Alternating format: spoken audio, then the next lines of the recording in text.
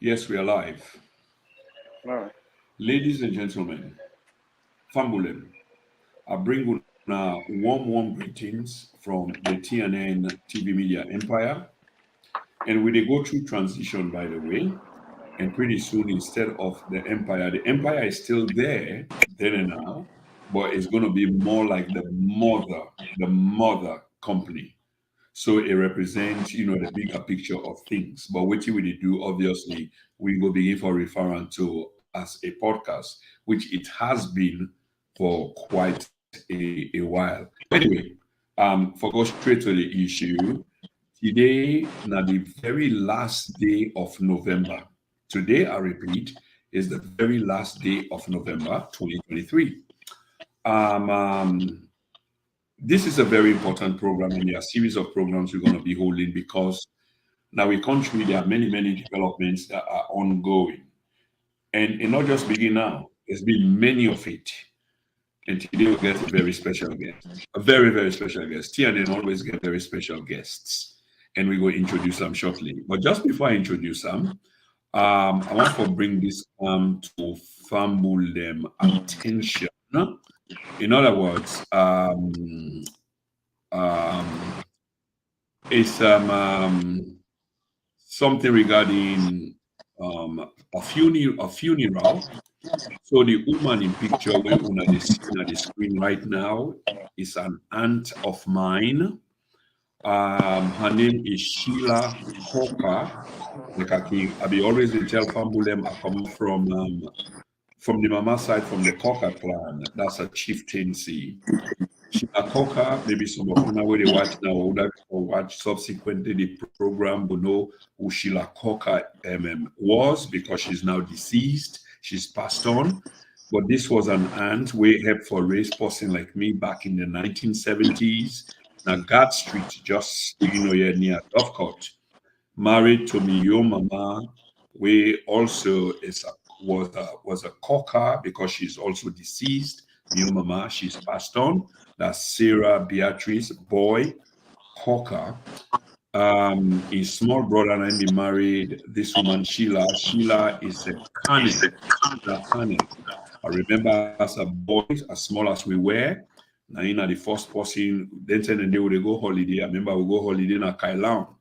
We in Dali, now been the DC or DCO, can't remember the exact title, but district commissioner or officer, a very big part, live in a big mansion, and acres of land.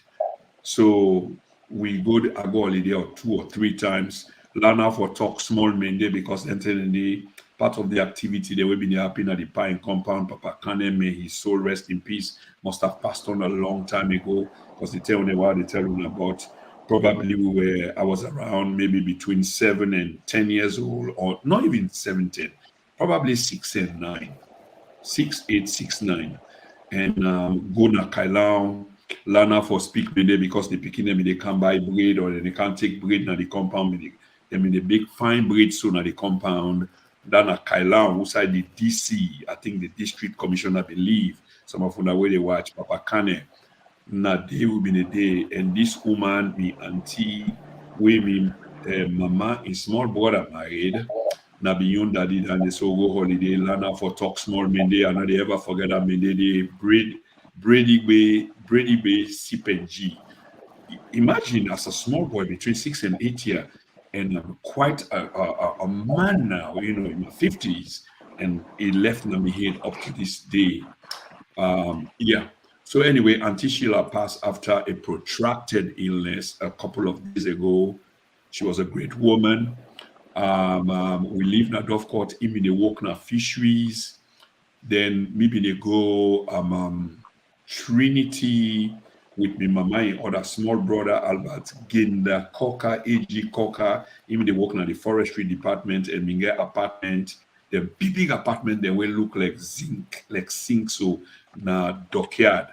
Massive, you can ride bicycle. I remember what they call it from one end to the other, really massive. So the part na their quarter these were government quarters. Now be occupied them. So me auntie we uncle when you picking Alberta, She died a long time ago in 7 some heart condition.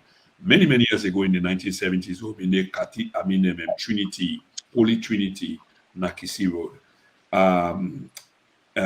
In the can pick we up and can we go na dockyard.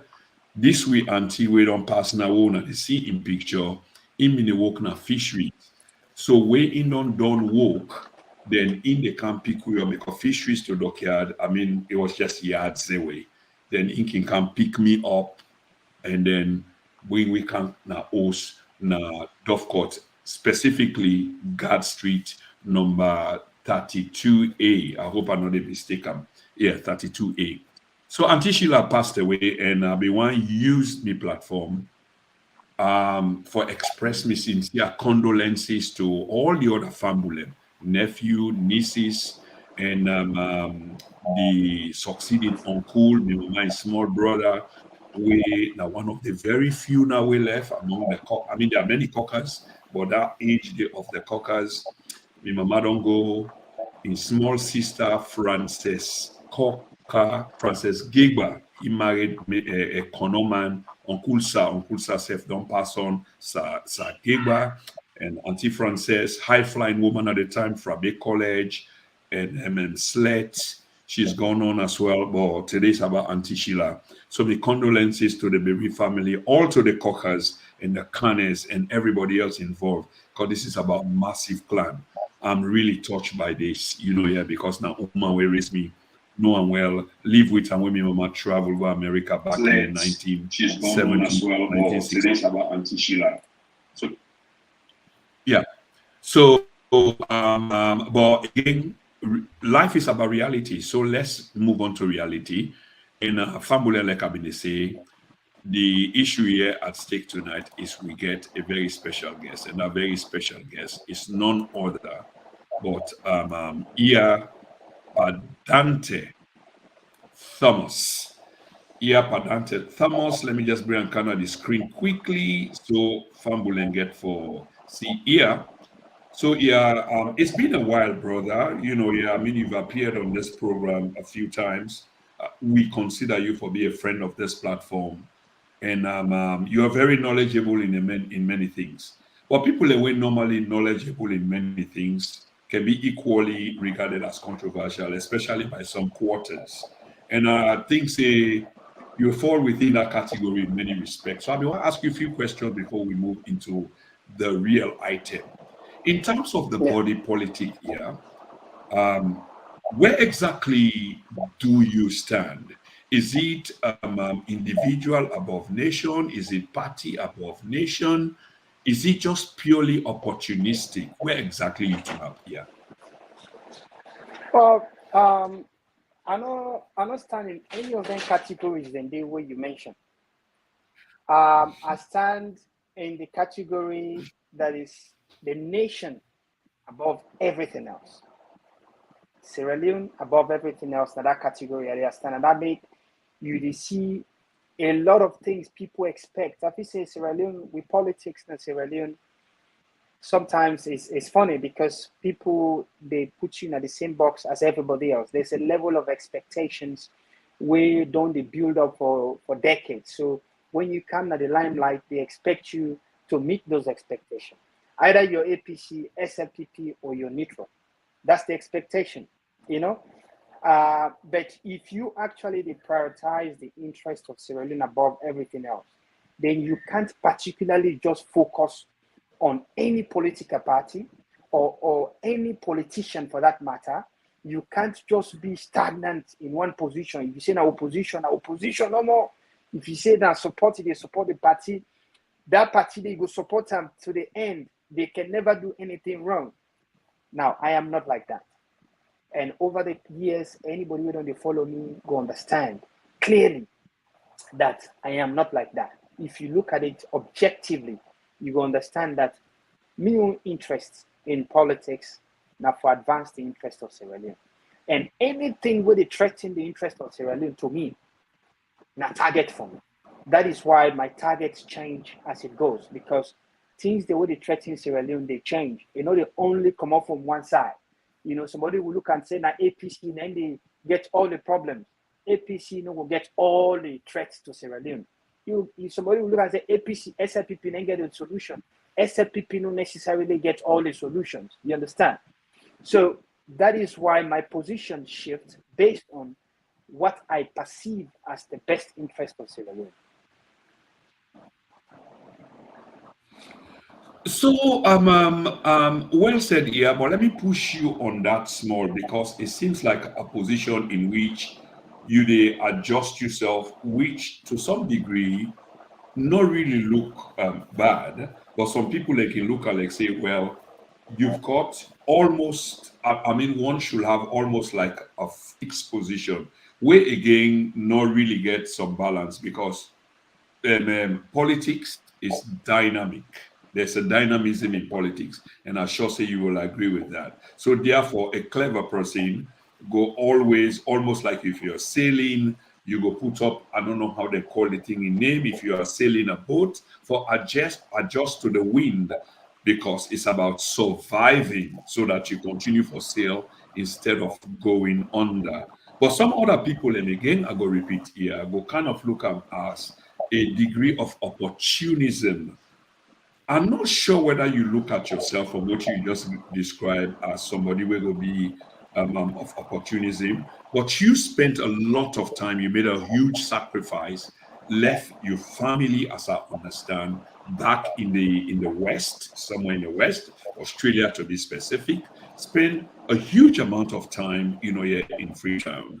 Of course, while it looked like personal because you spend your money, nobody not be responsible for that. But there was also an impression, say you've been doing in behalf of country, and these were the sacrifice. But then when people then begin to ask questions of you as to why you do this, even though there's no obligation for that you answer, but you're not a public figure, so maybe you go look for address as to why you made such a sacrifice.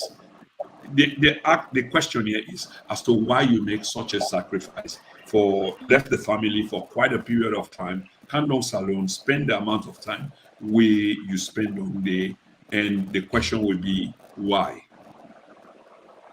Well, the simplest answer to that, Brother Chroma, is that Sierra Leone is all we have. Most of, myself, you, and several other people, they live overseas. We live in comfort and convenience. We see the developments, the way they happen at these countries. We see how people in the strive. We see and see the hard work, dedication, passion, then they drive development and change. We see and say, smart moves that we plan to make, education where they come into to play, experiences where they come into play. Then they make countries then they prosper, then they grow so fast. Then in contrast, me and you, Sidonaya, we look at Sierra Leone, we go there at the end of the year, we have a look, we see the dilapidated condition of we own countrymen and women. We see we country the struggle so much that then you look at yourself, how much you're offering. Then you look at it and you say like, you know what, whatever the case be, I can offer this and this little bit. I mean, you can't solve all the problems, but whatever little you can do, you can do. This is not my first time going to Sierra Leone for a very long time. In 2020, I've been there for the whole year. You understand? Every year after that, I've visited Sierra Leone. Last year, I've been to Sierra Leone as well for 2 months. And this year, I've been there for 7 months. I just can't see my family, and the intention is to go back. You understand? So the reason why I make all these sacrifices, in a nutshell, is to make sure that I contribute my own little way for advance Sierra Leone. Now, somebody go say, I'm opportunistic. Yes. When you talk about opportunistic, the word opportunity actually stems from gaining something. Yes, you're gaining something. You're seizing an advantage of something. You're taking something. Now, if you look at me, what really have I gotten from Sierra Leone? I don't go for position. No, I don't go for no position. I don't take money from anybody. I have said it times without numbers. If anybody get any evidence or any politician or political party get any notion whatsoever, say they give me money for my own personal use, let them come and shame me in a public. I've never taken money for my personal use from any political party or politician. And then you look at my living there. You go live in Sierra Leone for 1 year, left your family now overseas. You go live Sierra Leone 1 year. They use your own financial resources. They use your own resources for ensure that you able participate in elections. You able sensitize people and travel all over the country. All of this, you get so much financial responsibilities overseas that you're able to do this. How many people overseas can say they can do that? How many people? Not that many people. I'm not bragging, but not that many people. So in a way that God don't bless me in a way that I want to be able to give back. So when I go back to Sierra Leone, I genuinely go back for make a difference. I genuinely go back for make sure say the expertise what I get in terms of the media, in terms of my social work background, in terms of my international relations background, my diplomatic background, and so on and so forth. I will use their expertise indeed for make a difference in my own little way. Whether it's in my village, in my district, in my region, or in the city, or nationally, it doesn't matter. Whatever little way that I can contribute, I want to be able to make that happen. Because let me tell you, I am over 40 years old. I'm in my mid-40s. If I'm able to contribute now to Sierra Leone, when am I going to be able to do it? If I cannot make a difference now to Sierra Leone, just now overseas on social media, talk. I cannot physically make an impact in Sierra Leone. When can I make it? When you get leaders in Canada, in France that have taken over, multi-trillion portfolios as prime ministers, as presidents in their 30s. You understand? So what I'm saying is that time and time wait for no man. I have been here for 21 years in Australia. Who knows? Everything what I think about, I think that I've only been here for 5 years. But actually it's 21 years. So how much time is left for make a difference? There is no much time left for make a difference. So that is why I'm using the time that I have now to go to Sierra Leone and then contribute in whatever little way that I can. Right. Yeah, many thanks for that clarity, and this was quite necessary. And of course, part of the reasons I was always going to ask this, but in a different way. But part of the reasons is because when we flyer out, different variations of opinions regarding yeah. But of course, this interview it get a time limit, and the time limit is not the usual extension. So I want to make progress quickly so that we will cover a few areas. Obviously, you are an analyst of some respect, to be honest. A great observer of the issue or issues. And the issue here again is you been there long enough on the way things been a kind of play out, and we're not being an opportunity for a few times regarding the elections. So what is this opportunity for ask you about your opinion about the just ended elections? So in your own view here, what's your perception, your opinion, your view about the just ended elections? Well, The general elections, I mean. The general elections, I tell you what, it's a comparison sometimes brings out the best. So if we were to compare, I want to do a comparative analysis of the general elections in contrast with the previous elections that have been called. This particular election, 2023 election, June 24 election, now one of the most peaceful elections in the sense that I'm not talking about events which occur before the election. I'm talking about the period of the election. The period of the election, nobody died. Nobody was killed that I'm aware of. And I tell you, I traveled the length and breadth of Sierra Leone. I didn't hear about a single person who lost his life. I didn't hear about a single person where they beat. You understand? Where a single person where them born in house, a single person where them born in motorcar, them born in shop, on vandalizing property. I didn't hear about that. To me, as an African, as a Sierra Leonean, that's a great thing for me. So I want to commend all the one that were involved, whether an oppositional government or law enforcement authorities, they play their role to ensure these elections were peaceful and democratic. That's one. Two, in terms of the outcome of election, I know that a lot of people, there have been controversies surrounding the outcome of the election. There's been dispute, obviously. The main opposition, All People's Congress, disputed the elections, the election outcomes. But let me tell you this: if you were actually in Sierra Leone, you were present in Sierra Leone to see what was happening. You were present in Sierra Leone to feel, what was happening. Then you will understand that all the two major political parties, they fought. It was a brutal battle between the two major political parties. And as a democratic nation, we need to respect institutions such as ECSL, Electoral Commission Sierra Leone.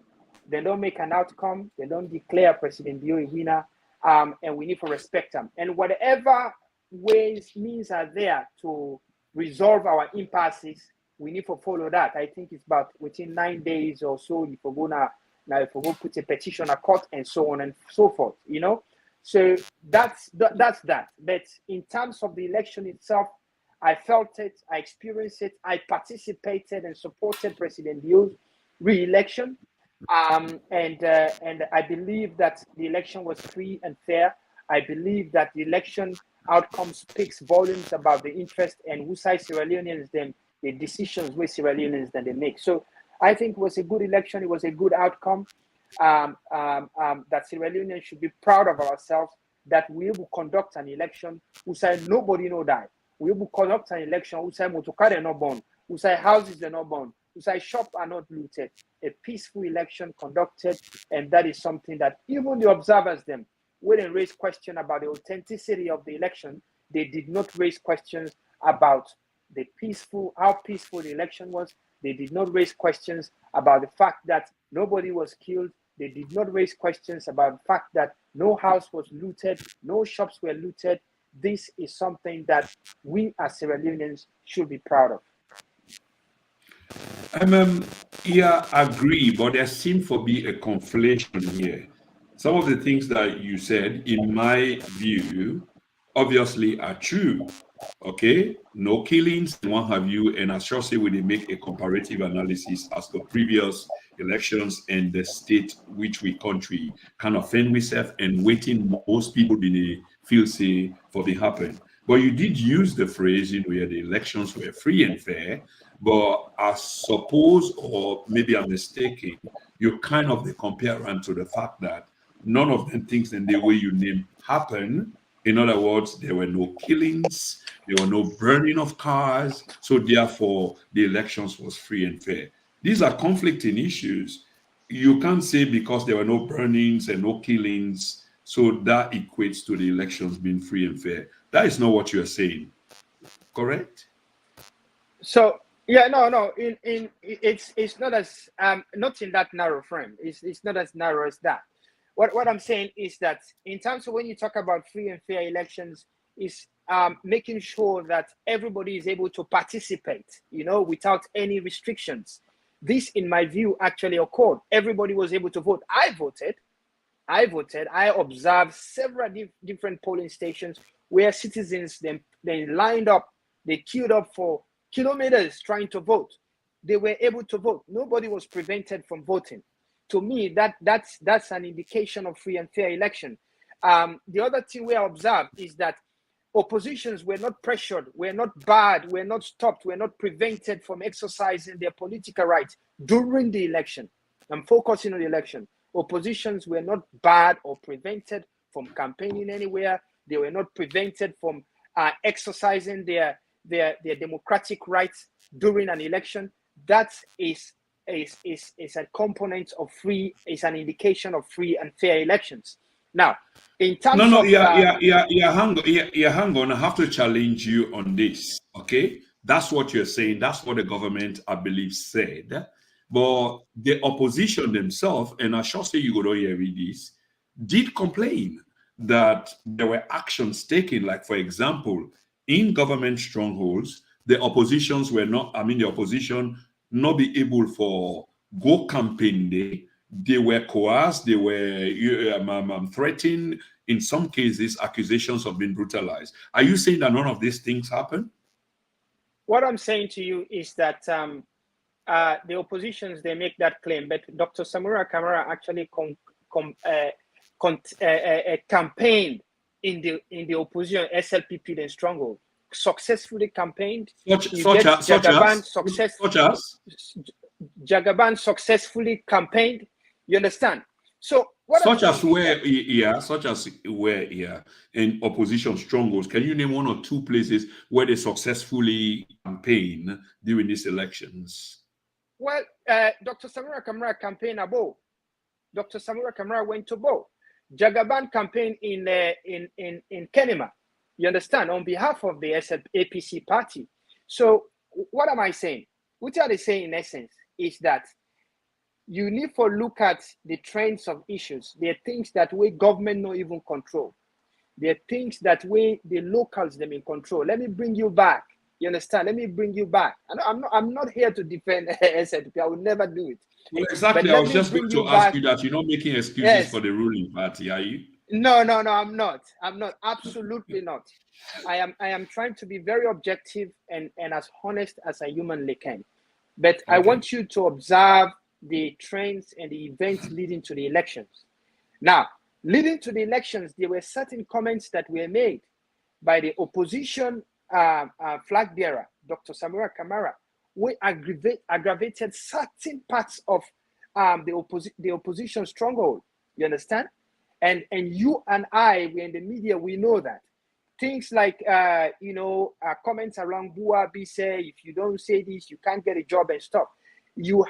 I've read several different articles. I've listened to several different audios and videos from people from Bo Kenimat making threats months before the election against APC in general because the flag bearer made certain comments that didn't sit with them.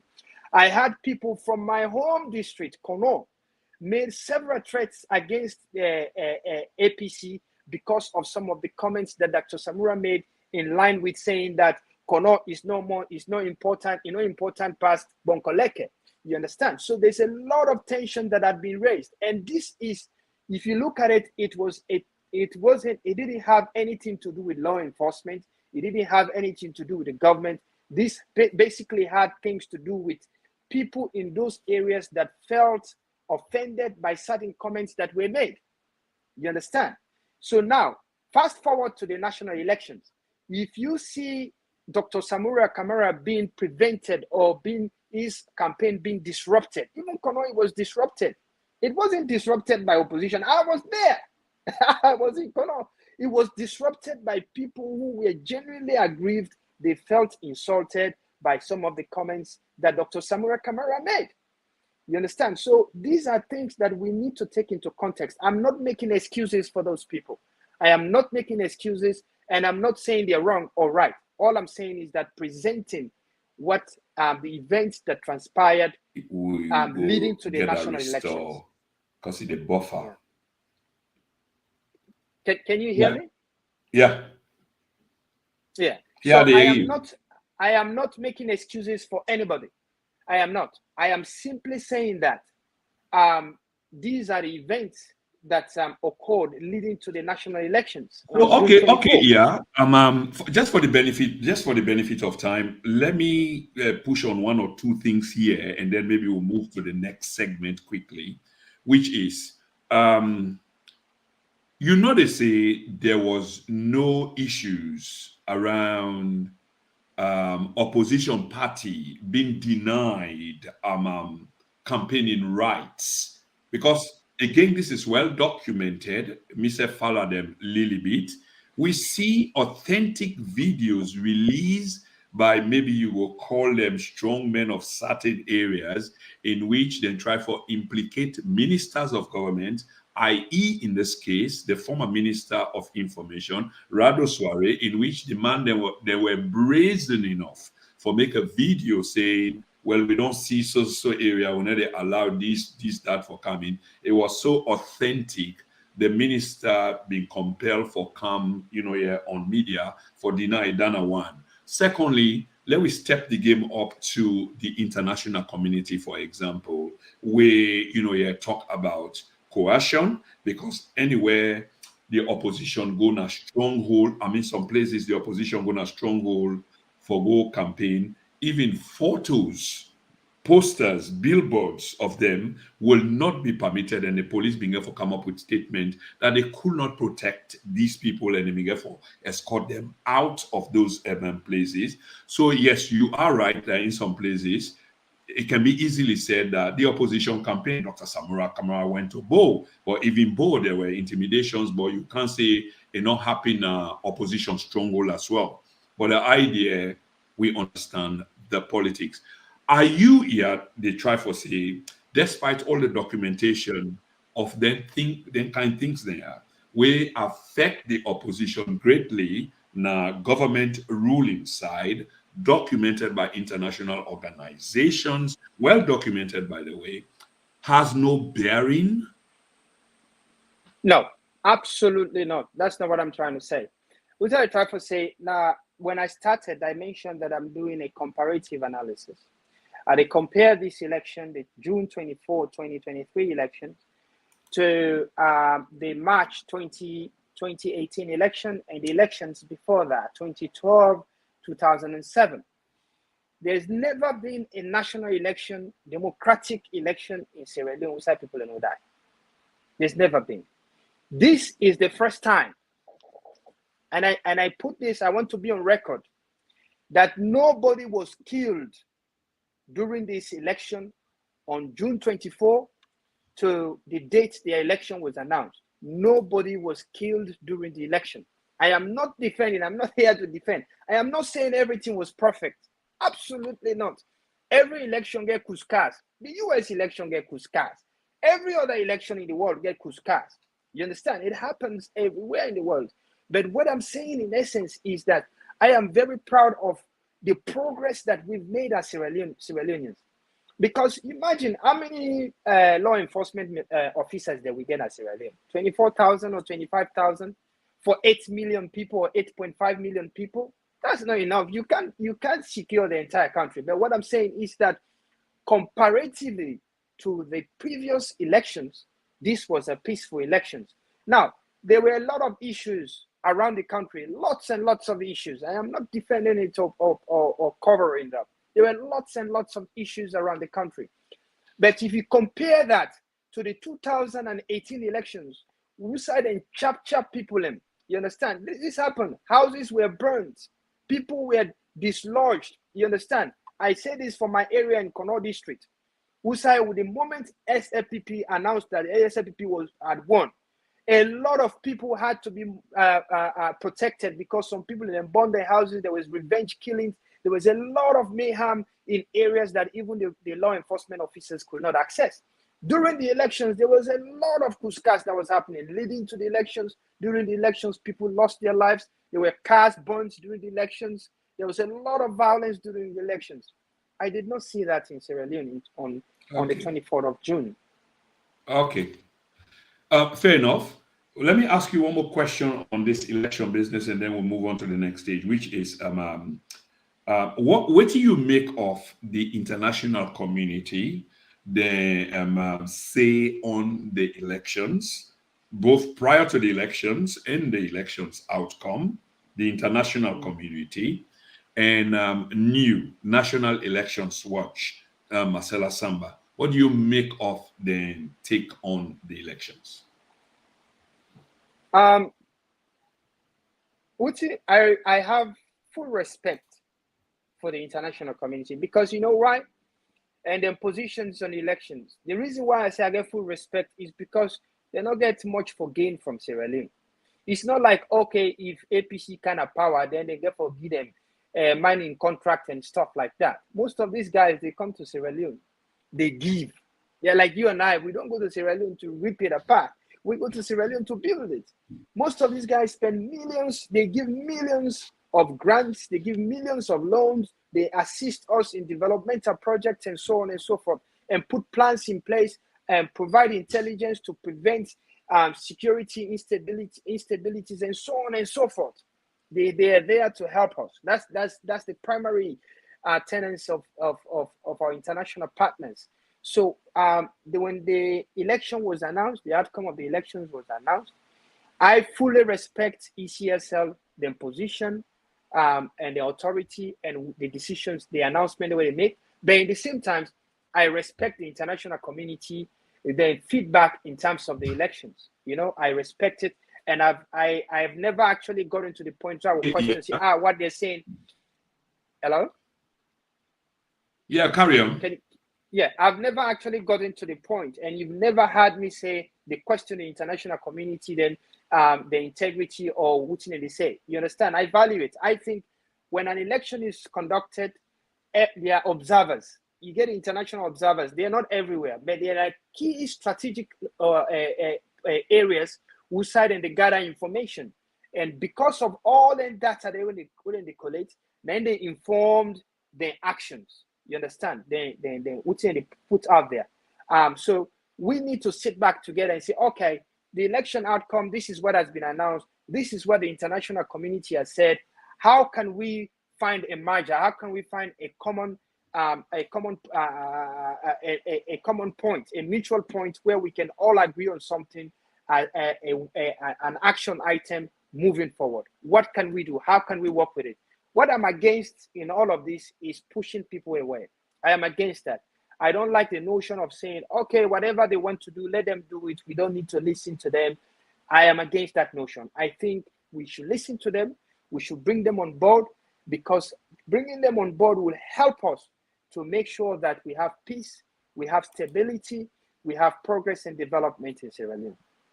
So, how much did we, both the opposition and the ruling party, listen to what in the international community being there for say about the elections? Your view, please. Well, I think say the international community, in terms of, I'll start off with the opposition. The opposition party primarily relied on the international community for assistance, for advance their grievances. They don't go through the court systems. They don't go through any system that the country. They primarily relied on the international community. So I would say they did adhere to all the international community standards. And if you look at even the dialogue, which I believe we're going to discuss very soon, if you look at the dialogue, they fully participated in the dialogue. So I believe that the opposition APC adhered to the international community dictates and so on.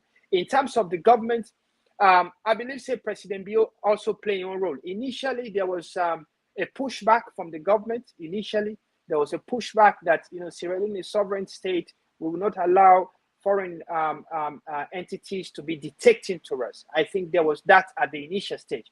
However, later on, we see the government tone down the approach. We see the government make amends for try to engage the United Nations, for try to engage the United States, the European Union. There were a series of dialogues and meetings that went on. The regional bodies also got involved. ECOWAS, AU, when a continental body, they got involved, and that led to the dialogue between the ruling party and the opposition, and then they be able to agree on something where they come forward and address the nation. Both parties addressed the nation, and I believe that at that point concluded all the disputes in regards to the elections.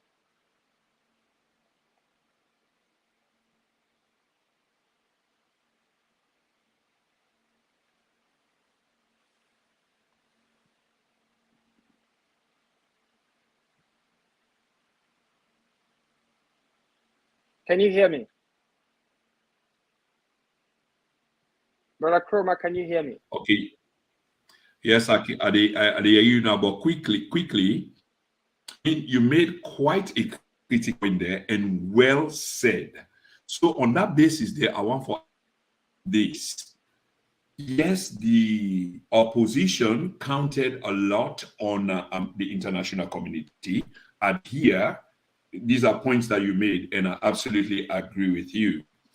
but they seem to have abandoned the local means. In other words, we sort of justice system or judiciary system. And the APC never made a formal appeal to the courts. Yes, there was something there that could be made out of not making an appeal in the courts of the land, but that would potentially disadvantage them. I'm surmising, but I want to ask you view on that. What did you actually make of the APC not actually going to court of the land with the grievance? Do you think that disadvantage them? And if that is so, how and why? Me brother, that's a very interesting question. I'm going to really answer it very carefully because I don't want people to misunderstand me. But why do people go to court? If you put a petition, wouldn't that the precursor for put a petition? Wouldn't that the number one thing where you need, number one thing above all else, where you need for put a petition through? The number one thing where you need, Brother Chroma, is evidence. You understand? Where you go to court. The number one thing where you need, not to just word of mouth, you need evidence. I give you an example. Somebody made this narrative, and I respect it. I forgot the name of the person, but I give you an example for Liberia. Joe Boakai, when I'm the opposition leader, they had observers, their party observers, at all police stations across the country. They were so organized that even before the electoral commission and they announced the election, they don't announce already which is the outcome. They already don't put preliminary results out there. They had summary of the elections, the voter summary. Now they had, because they were well organized and represented at almost all the police stations. You understand? They organized helicopters to take people to the villages where vehicles cannot go, to make sure that their members are there to observe the election and collect information and send it to their processing center. Now, APC does not have that. And I say this without any question on my mind. APC no get no evidence that means they don't want to court. Why do I say that? This same APC, remember, after the election, when they dispute the election, they said they get evidence for sure say the election was rigged. They get evidence for sure say then we don't collect information at polling station and don't gather and then get them for sure say ECSL rigged the election in favor of President Bio. What happened? 4 months later, they never publish a single summary of election, voter summary. Right. They couldn't publish it. And even at the dialogue, they had nothing to show for it. Up to today, as I speak to you, if APC didn't get any record, then for don't publish them, but they never published a single cent, even when they promised Sierra Leoneans that they would do so. You understand? The premise for making them stop all them elected members from participating in governance is on the fact that, on the assumption that they have records that indicates that the election was rigged, that indicates that they did better than it was announced. They never produced anything. Instead, they prevailed on ECSL to publish the voter summary. That's what they did. So what am I saying to you? APC had no evidence, had no document to substantiate their claims. That is why even the international community could not help them. International community no will help you. If you don't get nothing for sure. Yeah, so the international community can't tell you, say, we get this and this evidence for you. But if you produce evidence when it shows, say, yes, the election was rigged or this happened, the international community will look into it. If they find it substantial, they will support you. I give you an example. Now, Kenya, would this happen in Kenya? Now, Kenya, the opposition collects all the voter summaries. Now, all the polling stations. Whatever was announced, then disputed by the Electoral Commission of Kenya. It was disputed and going to court. They presented evidence to the court where they justified and claimed. And what happened? The court overturned the election and then redo the election. Sierra Leone with the APC had nothing to show for it. If I can pause you there, you are absolutely right. The Kenyan judiciary system is far more mature, forgive me, than ours, okay? And where Odinga challenged the results of that outcome day, of course, the Kenyan judiciary or court system uphold the challenge, and therefore they may therefore go into a rerun.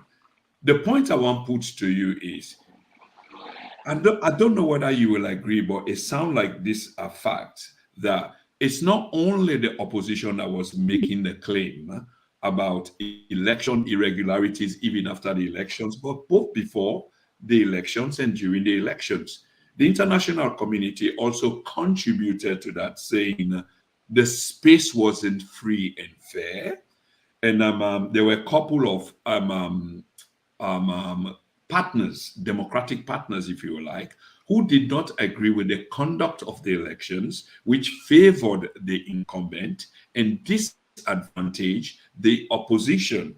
And they made that known. But what we then see was the going for the jugular of these people, regardless of what stature they had, both in the international community and etc. In fact, the government had a feud with the international community because they not let the way they may categorize an election, which then say was free and fair, according to Mr. Kone. Do you then stand somewhere in the middle, or you stand with the government that indeed the election was free and fair, and not a small riddle, because no election not get your own problem, they all get their own problem.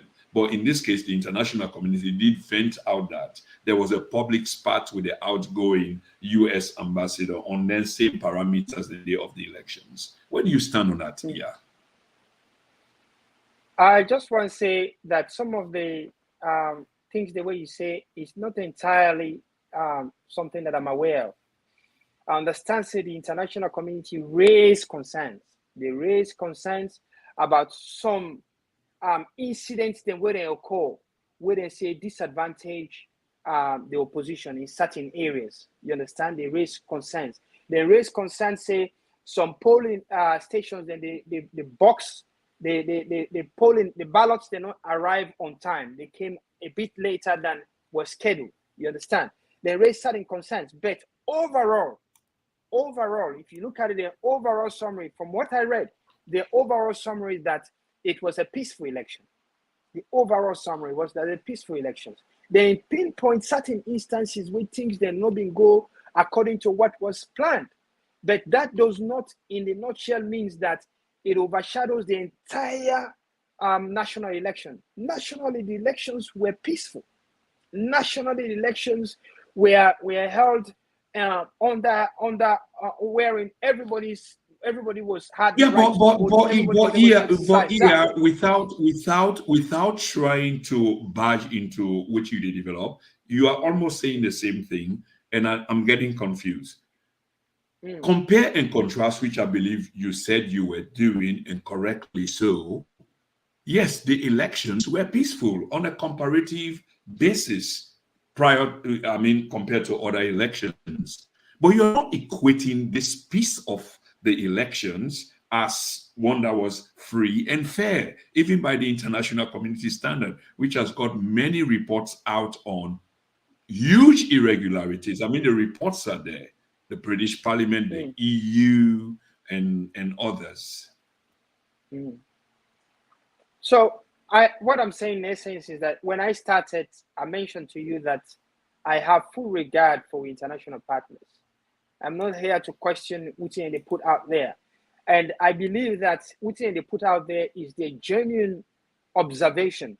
I believe that. I have no doubts whatsoever that what they're putting out there is something that they've researched. They've done some fact finding. They've got evidence to substantiate their claims. I'm not questioning all that. I agree with that. I'm actually agreeing that what they've published is actually what they believe is the truth. You understand? But I'm also telling you that what they published, what they actually published, what the statement that they made, parts of the statement, I can't recall everything, but parts of the statement, they did say that generally, on a general basis, the election the election atmosphere was free and fair. On a general basis, people were able to vote, people were able to line up. Yes, that's what I'm saying. I'm not saying anything different from what they've said. I am not contradicting what they said. I am just pinpointing certain aspects of what they said on a general basis. If somebody say, Brother Kuroma and this other person infect, but then we get the issues there, but at the end of the day, they'll be able to resolve them and they'll be able to make amends and we will move on. That's, go excuse one from the other. You understand? On a general basis, the election, they said, was peaceful across the nation. What does that mean? That means that, we're gunfire in yonder. We're this, the broke yonder. We're the chief ballot box yonder. We're in the beat this person yonder. That's what it meant. But it doesn't mean that somebody not get offended. It doesn't mean Cuscas don't happen somewhere, somehow. It doesn't mean that. But if you look at it collectively, it was a peaceful election. That's what I'm trying to say. Yeah. I get you, and I agree. I really do agree with you.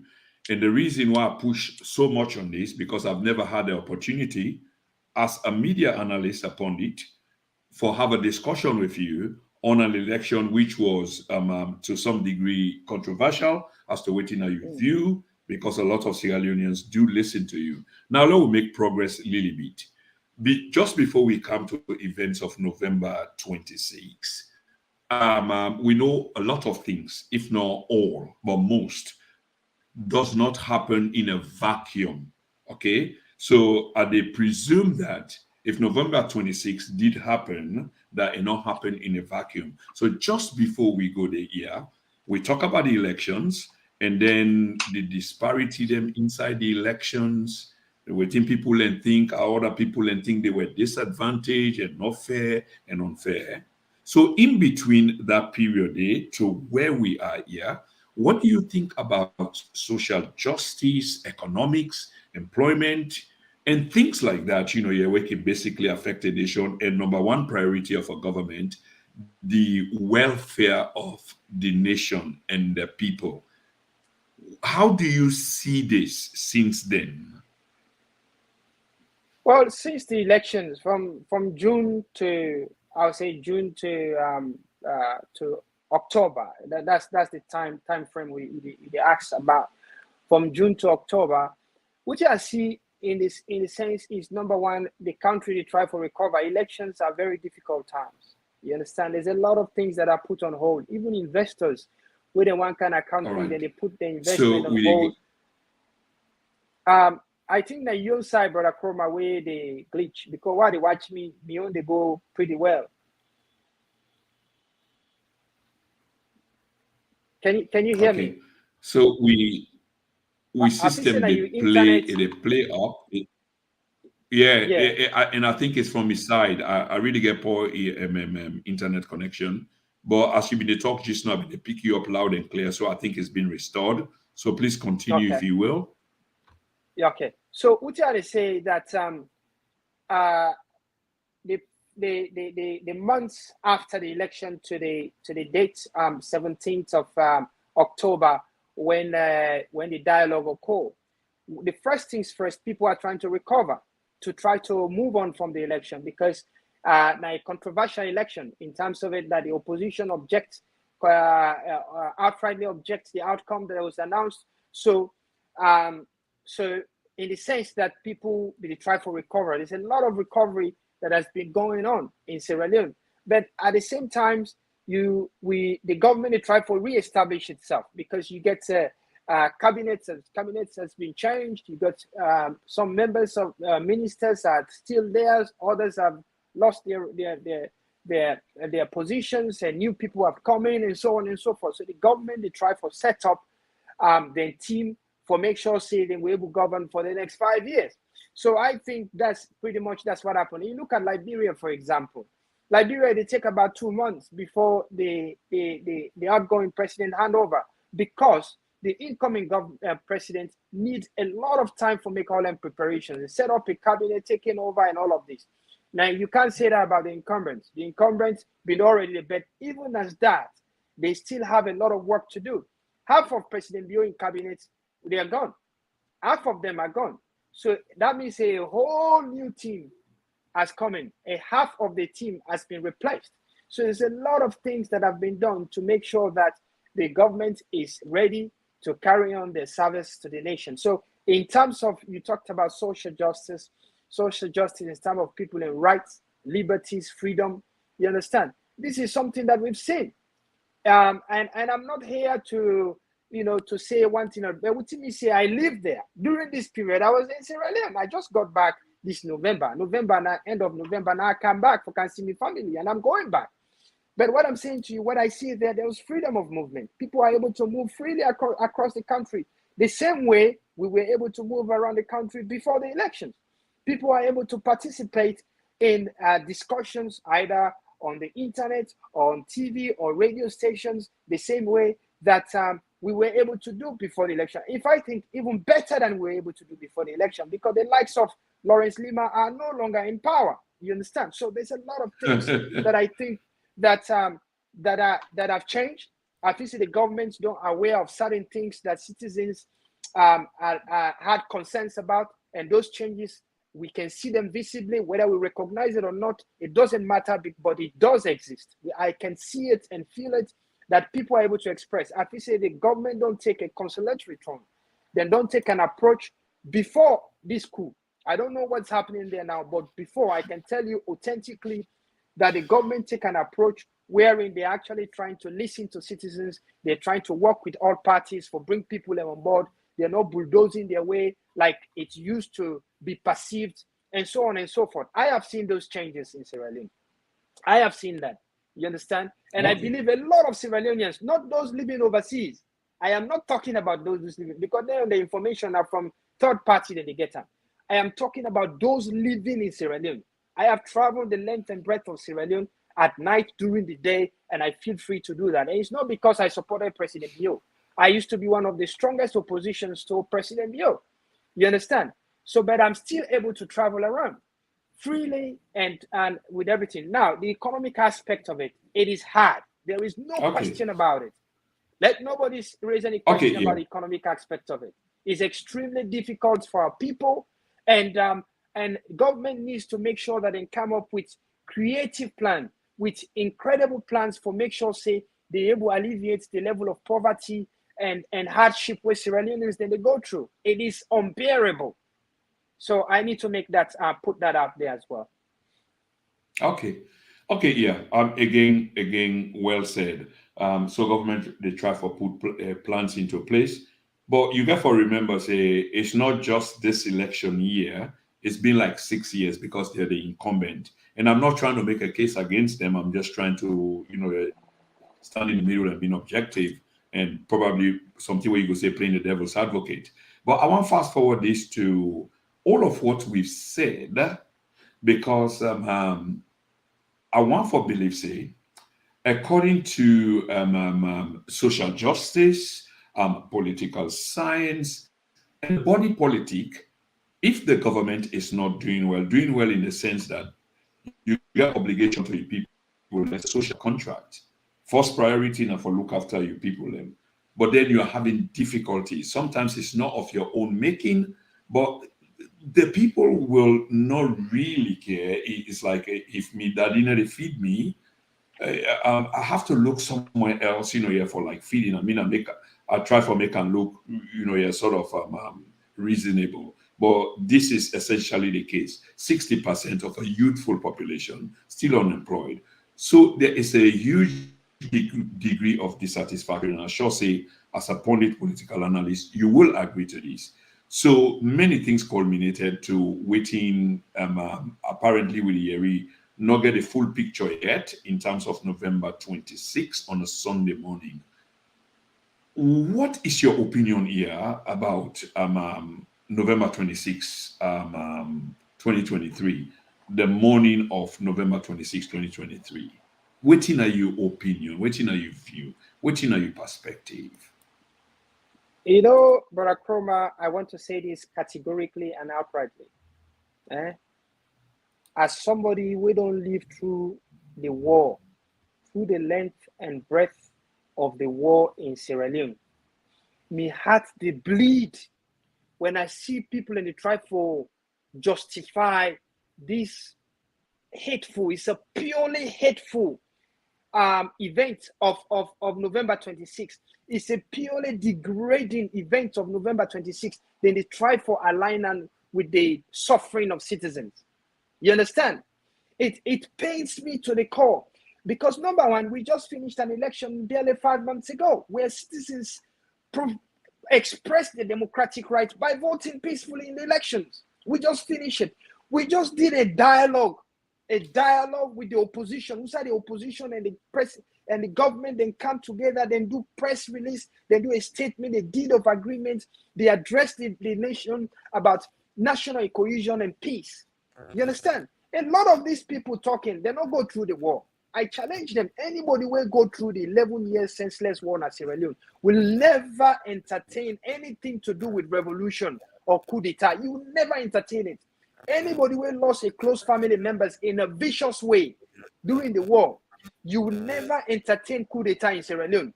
Anybody will live through juntas in Sierra Leone will never entertain coup d'etat in Sierra Leone or anywhere else. The worst government is better than the best junta. You understand? Let's say that. Let's put that there blank. People when they try to justify, they say, "Oh, prices don't go up." Let me tell you where I used to live in Australia. Before the Ukraine-Russia war, I used to buy petrol less than $1 per liter, 76 cents per liter. You know how much now my family they buy petrol? $2.25. It is gone up by over 120%, 150%. It's gone up. You understand? Everywhere you live in the UK, my brother, everything has gone up at least 150%. Everything, fuel, food, accommodation. You understand? Everything is going up. You understand? Interest rates, the one that we get houses, mortgages, interest rate don't go up so many times. In Australia, interest rate don't go over the past 6 weeks. It don't go up 4 times in 6 weeks' time. I am not defending President Liu. I'm stating the fact. You understand? There is hardship everywhere in the world. Somebody will say, "Oh, now where you get air conditioner?" The air conditioner what I get now Australia, they pay for light. I pay more than which they pay in Sierra Leone. You understand? So before what they use me internet, I pay more than what you pay in Sierra Leone. You understand? I am not trying to belittle or trivialize the situation. People are suffering, it's true, but so does everyone everywhere else in the world. Now, so I want to call on Sierra Leoneans. You know, for let we not attribute this nonsense will happen. This thing we don't take we back. This is for get profound effect on the country, impact on the country for the next 10 years, even after President Bill don't go. So let we not attribute this nonsense we then guide do to we suffering. It's completely different. Yes, we're suffering, but these guys were not there for us. They were there for themselves. Now let me go to the November 26th. The November 26th, I was shocked. You know, I had so many people calling me, say, "Yeah, this is happening." I was so shocked. I was dumbfounded. I was out of words. My brother, you get a country who side the opposition and the ruling party, they don't go for dialogue for 3 days. The opposition don't accept the outcome of the election. Yes, by Dr. Samura, his statement is an indirect acceptance of the outcome. The deed of agreement where they signed between the opposition led by Dr. Samura and Alhaji Minkalu Mansare and also Chief Minister, the deed of agreement where they signed is an acceptance of the outcome of the election. It's an acceptance that will move forward on certain basis. Those terms and conditions were outlined in the agreement. So what is the role of these mischief guys coming now to overtake? They say they want to do this. They go release over 2,000 inmates, people that don't kill other people viciously, people that don't murder people and don't rape and abuse people, people that don't thief, people that when they don't do some of the most horrible crimes. Now, Pademba will keep them.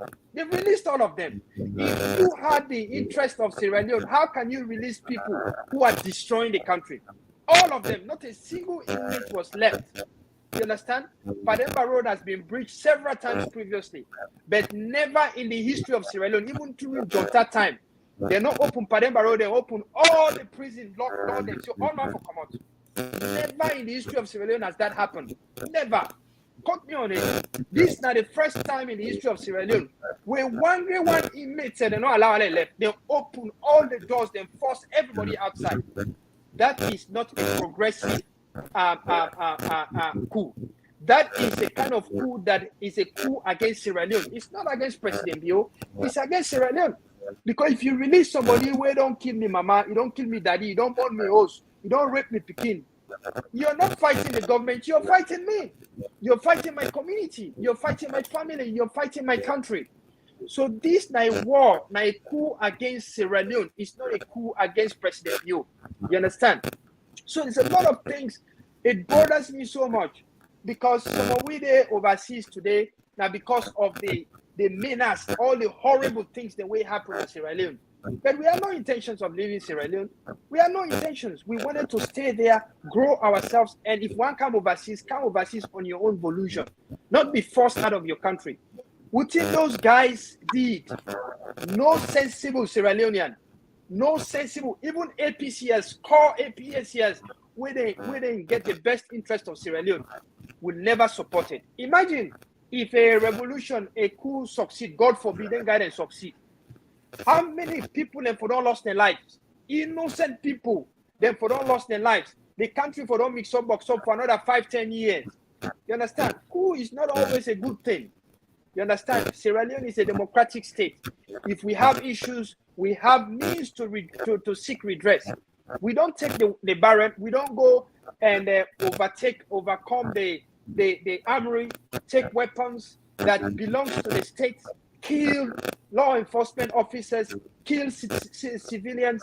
All these things that they've done is nothing to be proud of.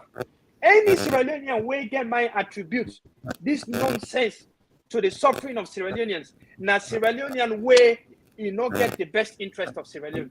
Any Sierra Leonean way remotely bring this, then the guy they say, rest no one let rest go 1 million leons, and that make you take over. And that make you go release criminals them.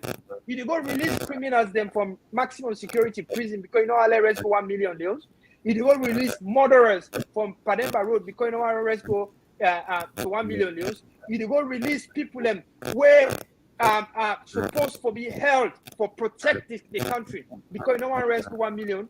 If I rest not 1 million, let rest now 700,000. So that all said, we are Sierra Leoneans. Me appeal to Sierra Leoneans is number one.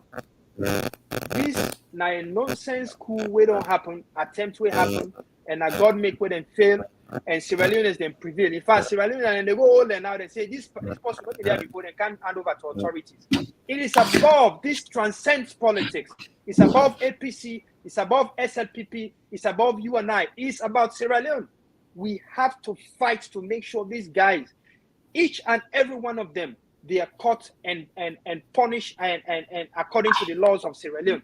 Because if we don't do that, all them gone the way and thief will be used against you and I. President Bio is protected, eh? Nobody will touch flies, crown or scratch himself. Well, so yeah, and even when he leaves. So it's about us. We have to fight for ourselves to make sure these guys, they don't destroy the peace and national cohesion that we have. We have to fight, and each and everyone has a stake in this fight. So, well said, well said, yeah. But let me ask you this. I mean, because it is of a critical mind that even within and without international bodies, and I put something then on the screen for sure. Say it's not only internally within Sierra Leonean people and think, but rather looking at things that potentially could cause such things to happen.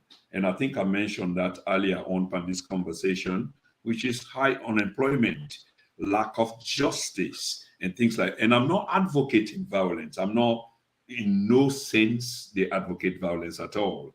But I just to say, in the absence of these things, we think can fill them gap, and you can see NGOs, the international community, the BBC, the CNN, they can critically look at what potentially can make them think they are for sort of happen. And I wonder whether you think government has any blame here. Government gets a collective responsibility for everything when it happen at the states. President Bio has taken full responsibility. And what I say these people is I defend the man. I'm not defending them, I'm saying the truth. And if anybody gets anything where they say we're not correct, let them come forward. President Bio don't talk on a BBC that is made so much tax waivers that Sierra Leone, we don't pay 1 cent on petrol. He's made so much tax waivers before the election on rice importation. He's made so much tax waivers on several goods and services that are coming to Sierra Leone for alleviate poverty and hardship in this country. The government responsible for everything when it happen, good or bad or, that the government then responsible. That one is clear. Let nobody twist it anyhow. That one is clear, and the government has taken responsibility for it. The hardship when it happen right now, the president himself sat on Al Jazeera, sat on BBC, both when he was in Sierra Leone, when he was in the UK, when he was in the US, and accepted full responsibility about the predicament of Sierra Leoneans. That's what responsible leaders do. And he also articulated his plans to alleviate those sufferings for citizens. That is why the president don't put together one of the key things them where we've been get during the Shaka Stephen days or before Shaka Stephen days. That is the Burma rice and all this agriculture. Agriculture is the principal policy for the government, for Bio government 2023 to 2028. 2018 to 2023, the principal goal was education, free quality education. 2023 to 2028, the government don't identify agriculture. That was way before the election. The government don't observe, say, if they focus on food sufficiency, then they will alleviate poverty. They make sure civilians will feed themselves.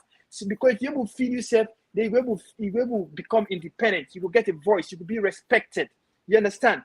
So the government don't identify that, and they don't say they will put so much resources into it. How about is it 20-something% of the revenue of the GDP go towards agriculture? You understand? They don't increase taxes on rice importation for make sure say we able to grow we own rice na Sierra Leone. This is something, forget about politics, that's something that every Sierra Leonean for able to work towards for make sure say we achieve them. You understand? So I call on Sierra Leoneans, you don't believe say this could get anything to do with them. Somebody as an analyst could look at them, you go look at them, try to rationalize why these guys acted the way they did. I tell you honestly and sincerely, I tell you as a brother, honestly and sincerely, politics aside, self-interest aside, party interest aside, these guys, then the behavior where they put up has no interest, has no bearing to the suffering of Sierra Leone. It's like Adebayo say they called protest August 10 because of Sierra Leoneans that they suffer. Adebayo in London, people then go die in the street, then kill people in the street, then lost their life. They go call another protest, then another protest. They cause people in all their own life. They say they do in the interest of Sierra Leone. You know, it's not doing it in the interest of Sierra Leone. It's the same thing as the coup. The coup has nothing to do with the interest of Sierra Leone, but self-interest. Okay. 2 questions quick. We run quickly out of time, and we get a couple of contributors them na the chat room, and I would like for the program be a little bit interactive because we know we get that time there. But probably there are a few questions there or things then where people express where they would like for you either address or the platform address. So family, we will still come to that. So we continue for sending our comments, analysis, and perspective. Okay. And many thanks to those of you that have joined. Then we take a quick commercial break, and when we come, I get 2 questions, here for and then we go boil down to the final segment of the program. Well, Fambolem, this is a TNN TV Media Empire program. We'll not forget, we also run adverts in this program. There's nothing personal. We are all Sierra Leoneans. Probably we are looking at a particular object where we will call Sierra Leone, but we're looking from a different angle. So as a consequence of the different angle we're looking from, now so we make a case and they try to respond. I believe we all want better thing for the country. Let's take a quick break, and when we come back, we'll go ask the final question and then look at what people in the scene in the chat room. Tame Accountants specialize in providing a wide range of accountancy, tax and business advisory services to small and medium-sized businesses as well as individuals and private clients.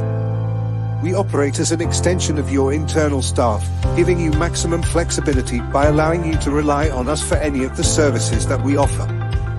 Our valued clients include startups charting their course to success, sole traders making their mark in the world of business, self-employed individuals paving their own way, partnerships building stronger futures, limited companies ensuring financial stability, contractors securing their financial future, CIS contractors finding financial clarity, subcontractors thriving with our expertise, landlords making property management a breeze, those looking to sell their business unlocking potential profits, employed individuals finding financial peace of mind, even hairdressers managing their unique financial challenges.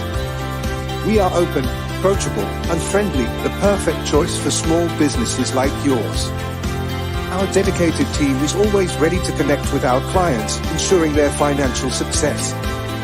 At Tame Accountants, we are chartered certified accountants with a deep understanding of tax and business advisory services. So, whether you're just starting out or looking for a trusted partner to navigate complex financial waters, Tame Accountants is here for you. Don't wait, get in touch with us today and experience the difference.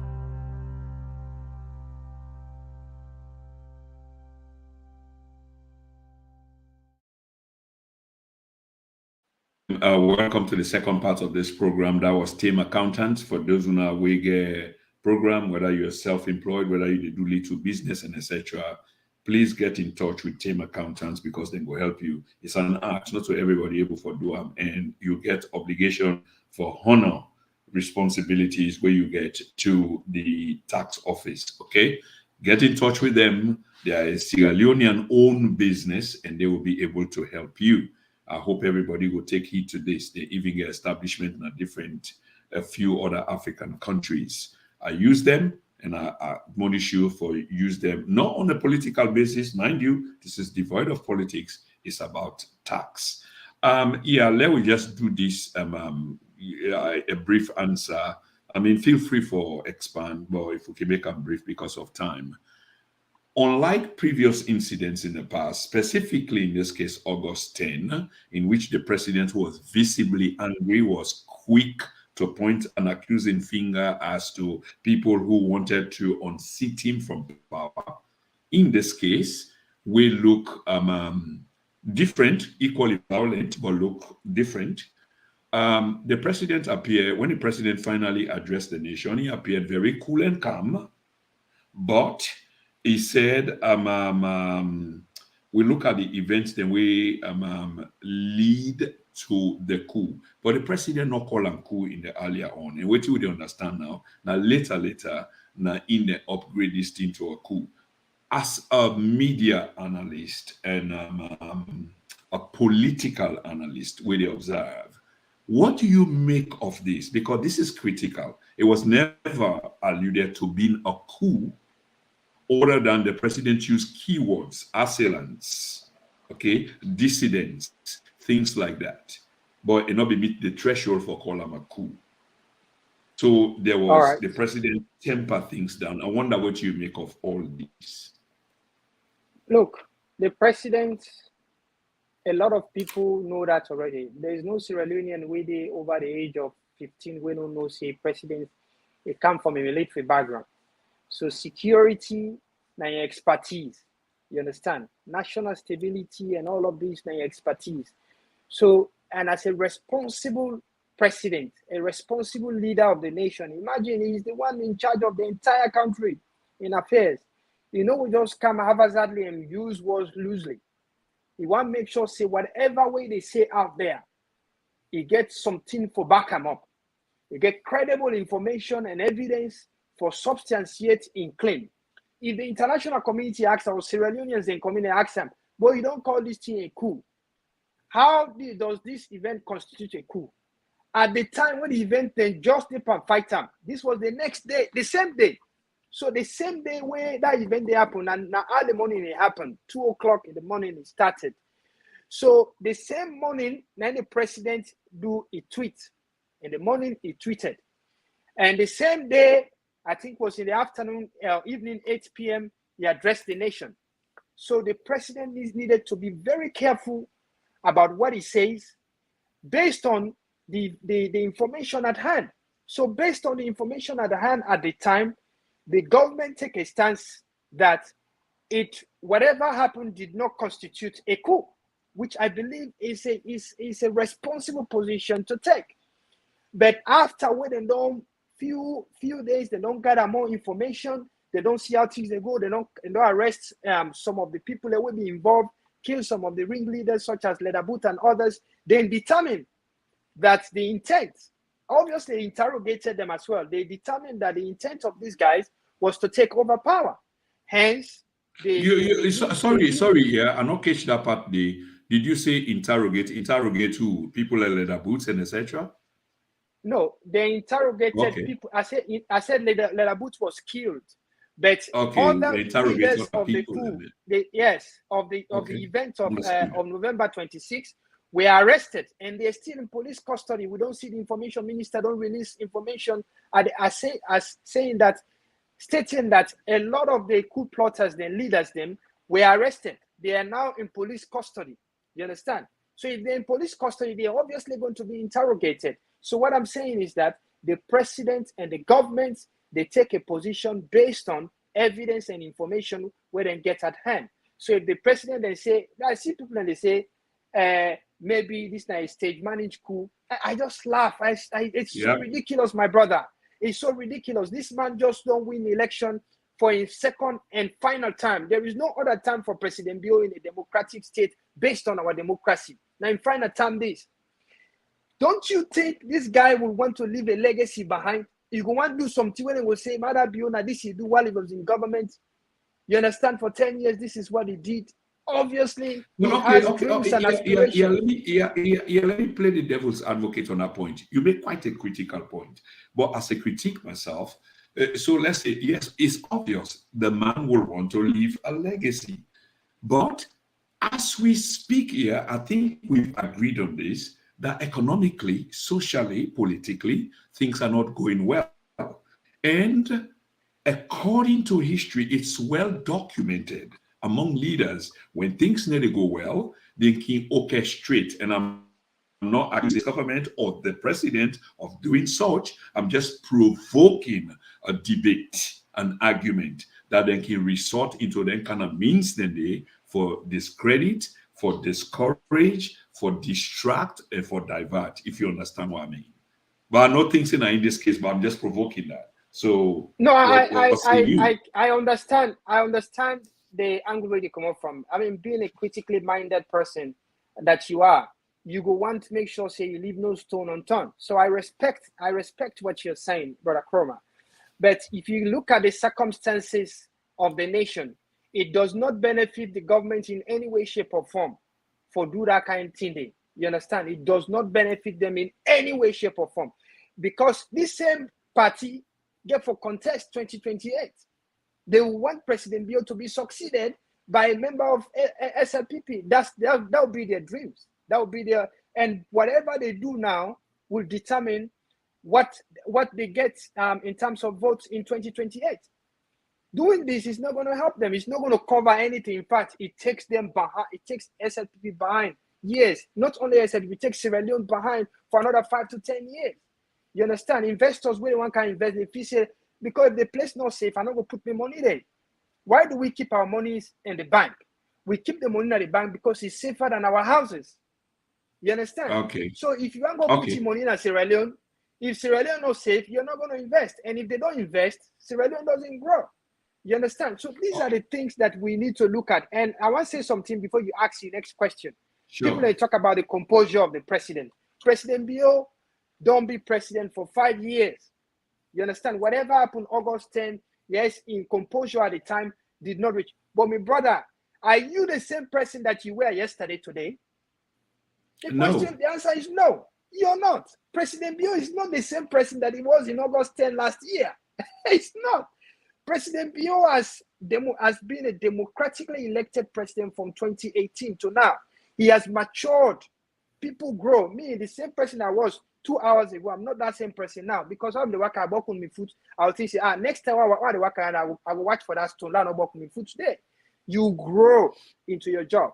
So President Bio's address to the nation as a commander-in-chief, as the protector of our constitution, as the father of the nation, as the president and of our country, it needs to ensure that he exercises leadership at all levels and ensure in composure, release in emotion while addressing the nation. He needs to ensure that we address the nation, he give people a hope, he give people the spirit of for hold on against all odds, hold on, and ensure that it's going to be better. We're doing everything to change the narrative.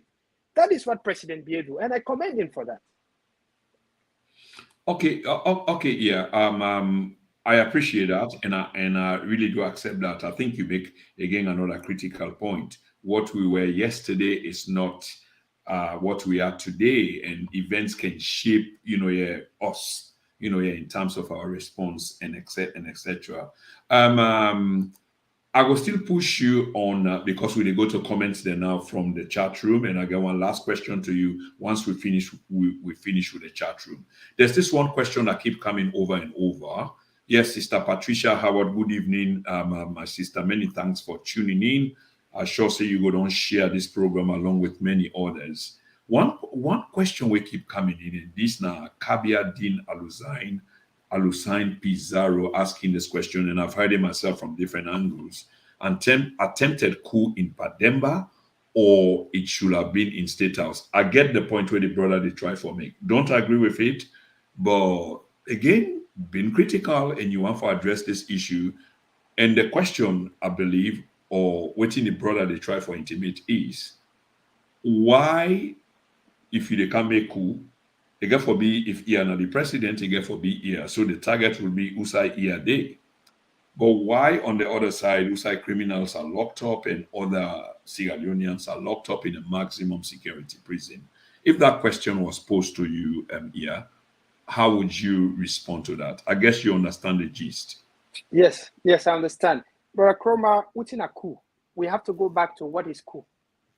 Coup is the forceful, where you forcefully overthrow a sitting leader, then a coup. Through whatever means you use, whether now the barrel or whatever means we use, but now it means way not to the normal way for get power. Now coup, you understand?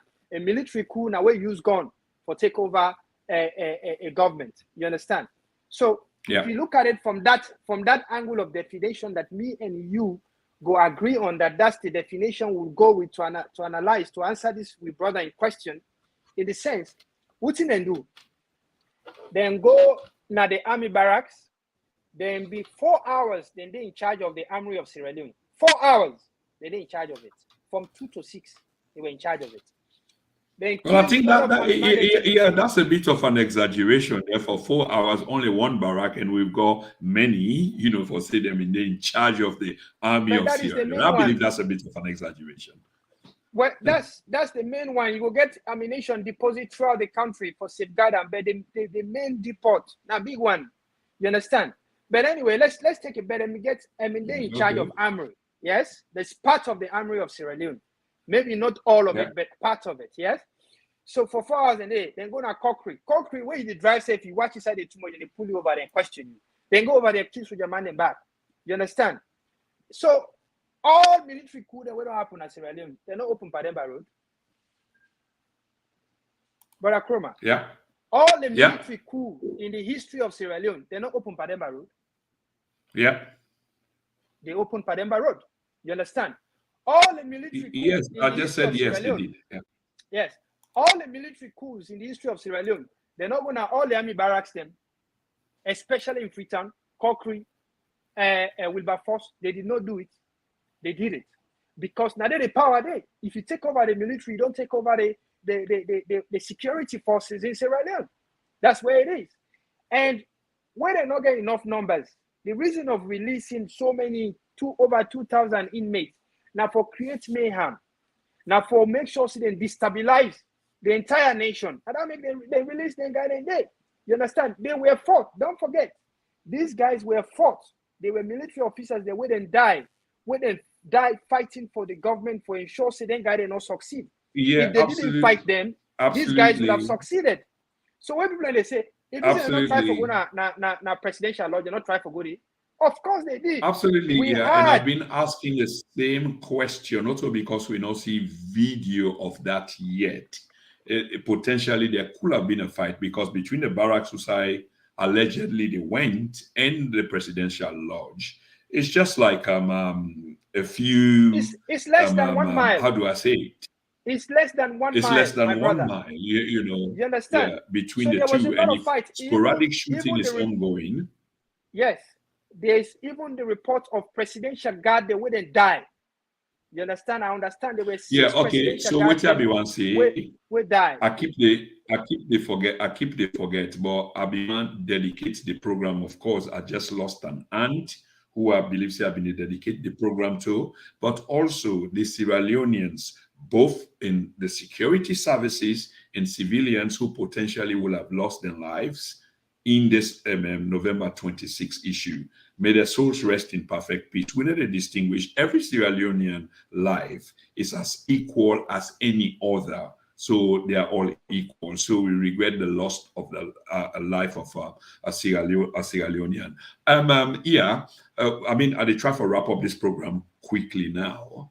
One of the things that we've been the ongo is this peace talk. There's a peace talk or dialogue, if you like. Brother Chroma, before you get to that peace talk, I just want to make a quick point before we finish this. Yes, part, go ahead, please. If you let me. Yeah. I also want to say this is not an ordinary attempt to unseat President View or a sitting government. This wouldn't happen, and I want Sierra Leoneans, please, for listening to this. It's very important. Wouldn't happen on November 26th is a precursor for civil war. The reason we make us say this, listen to me. Lots of arms and ammunition were stolen. You understand? And most of these guys, they escaped to the provinces. Even the information minister don't confirm, say most of them escaped to the provinces. You understand? They still haven't been captured to date that I'm speaking to you. Yeah, but the information minister seemed to be flip-flopping. As per my understanding, I just want you. Yes, because they provide information as things are happening. So the things that will change, it provide an update. You understand me, brother? This now an event where nobody anticipates. The things happening as he's providing information. One keeps Sierra Leoneans abreast.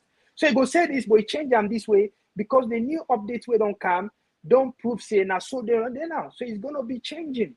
But the point what I try to make is that these guys, they not only try for unseat President Bill. That was not their only aim.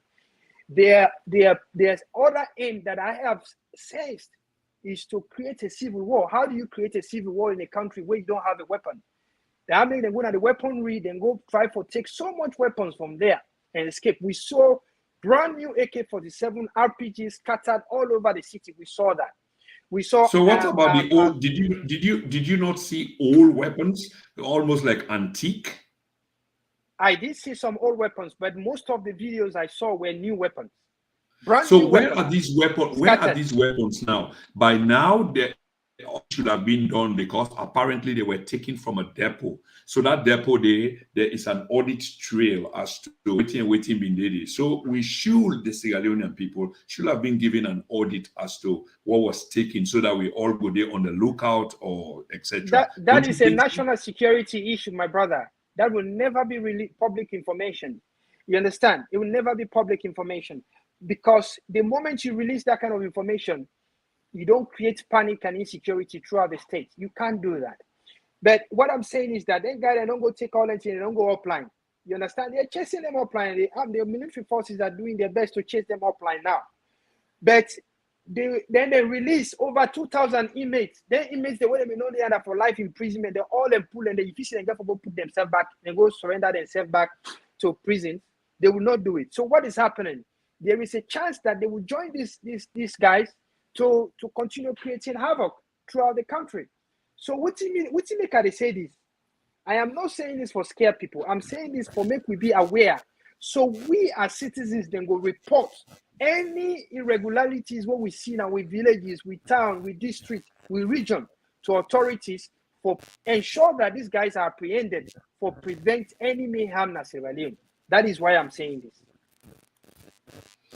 Okay, I mean, obviously entitled to your views and try for back that up and is well understood. But members have been ask you about the peace process, but you've been one for enlarge and buttress or consolidate your point where you need to try for make. So there is an existing dialogue ongoing in the face of waiting happened so in November 26, in which some accusing fingers from senior government officials has been pointed at opposition figures and the opposition party, as if they are responsible in the absence of an investigation and conclusion. What do you make or what do you think of the ongoing dialogue? You think you go hold? You think you go crack? You think you go break? You think it's not necessary any longer? Do you think they will go forward with the current dialogue? Me brother, before we talk about the ongoing dialogue, let me talk about the dialogue itself. The dialogue itself will take place between the 17th and the 19th of October last month. What happened? The government, the opposition go into the dialogue, not focus on the opposition, then go into the dialogue with key issues. They say the electoral commissioner for resign, Mohamed Kone, the 4 regional commissioners for resign, you understand? The election should be rerun. You understand? These were the key things that they raised. 3 key things that they raised. 3 key things. And 4. The 4th one, the government for release the voter summary. Those were the 4 key things. If you look at the preamble of the dialogue, you will see it there. I have it here somewhere. But if you look at the preamble and the 4 key things, then this way they raised. Now, my brother, let's be honest. If you list the 4 key things the way you raise into a dialogue, we say maybe the council don't negotiate. Maybe you don't fetch, you don't list your 4 key priorities them. The outcome of that dialogue, enough to reflect the priorities the way you list. Yeah. Of course, the outcome of the dialogue should reflect the priorities that you listed. Now, look at the outcome of the dialogue. Nothing day panel 14 and day we listed na the outcome by APC. Where APC signed to. Number 1. What now one of the outcomes? APC say number 1 of the outcome, the August 10 protesters, therefore release them. Any political prisoners, therefore release them for which they call. That has nothing to do with what APC, the objections to the elections. They don't get nothing to do with that. The second thing where APC requests for is that back pay. They say back pay of all elected members. Now, when I say no participate in governance in the interest of Sierra Leone, if you are actually working in the interest of Sierra Leone, you haven't worked for 4 months. Why do you think it's reasonable for you to be back paid for 4 months from the consolidated form at the time that people are suffering in the nation? You and I, my brother, we are living overseas. If you don't work for 4 months, you don't get paid for 4 months. That's what it is. So for the fact that they request for back pay, show say, who said the interest lie. Number 3 thing we don't talk. They say political cases for being kicked out of the court. Now, most of the leaders that are representing our APC, including the former president, Anes by Kuruma, they get money laundering case na court. Dr. Samura Kamara, he get case na court. The current deputy chairman of APC, Alaji Usman Fodi Yansane, he get case na court. A lot of these APC guys get case na court. So if you say they will keep political cases out of court, wherein at a time when they try to negotiate an election issues, you don't come bring things the way you don't even put there at the beginning. You don't show say na your interest now you fight for. You understand? Then you then talk about say the president for address the nation on national cohesion peace. The president is the fountain of honor. Is the custodian of our constitution. You understand? Is the father of the nation. That's not his job. Not tell him what he for do. Tell him what he need for be done for addressing our concerns. They never mention that. You understand? You're already telling him what he should do, that he has been doing. So it doesn't cost him anything to address the nation. I'm a president, he'll just address the nation just like that. It was okay. It was easy peasy. It's a walk in the park. He would do it any day, any time. It's okay. But what really that outcome indicates is where the APC leadership, this current leadership of APC, who said their interest lies. And their interest is all about themselves. Everything that outcome not get anything to do with the interest of Sierra Leone. Then talk about electoral reforms. President Bio set that up immediately after the election, after we don't dialogue with international partners. He set that up already. That was already set in motion. That is nothing new. You understand? So there's a lot of things when you look at that dialogue, when we see and say, you know, all water, and leading to this 26th, November 26th, where happened, you know, I don't want to go into guessing, hey, this person get hand in that. I don't want to do that because whatever we see on the media has greater implications. You understand? And I care about the lives of everyone, including APCS. I don't want to implicate anyone. I want to go by the fact. The fact is that, number one, Ledabut was part of the people who attacked Moriton. You understand? Hang on here. I have to challenge you on this. All right. What evidence do you have other than what somebody else said without even presenting an iota, a shred of evidence? Just say, please prove to the audience that indeed Ledabut was part of the accusation we just make, attack XYZ, apart from what was said by a party who will most likely say what they said. Can you give us evidence, independent, verified, corroborated? I cannot give you an independent, verified. So why would you make such? Why will you? Yeah.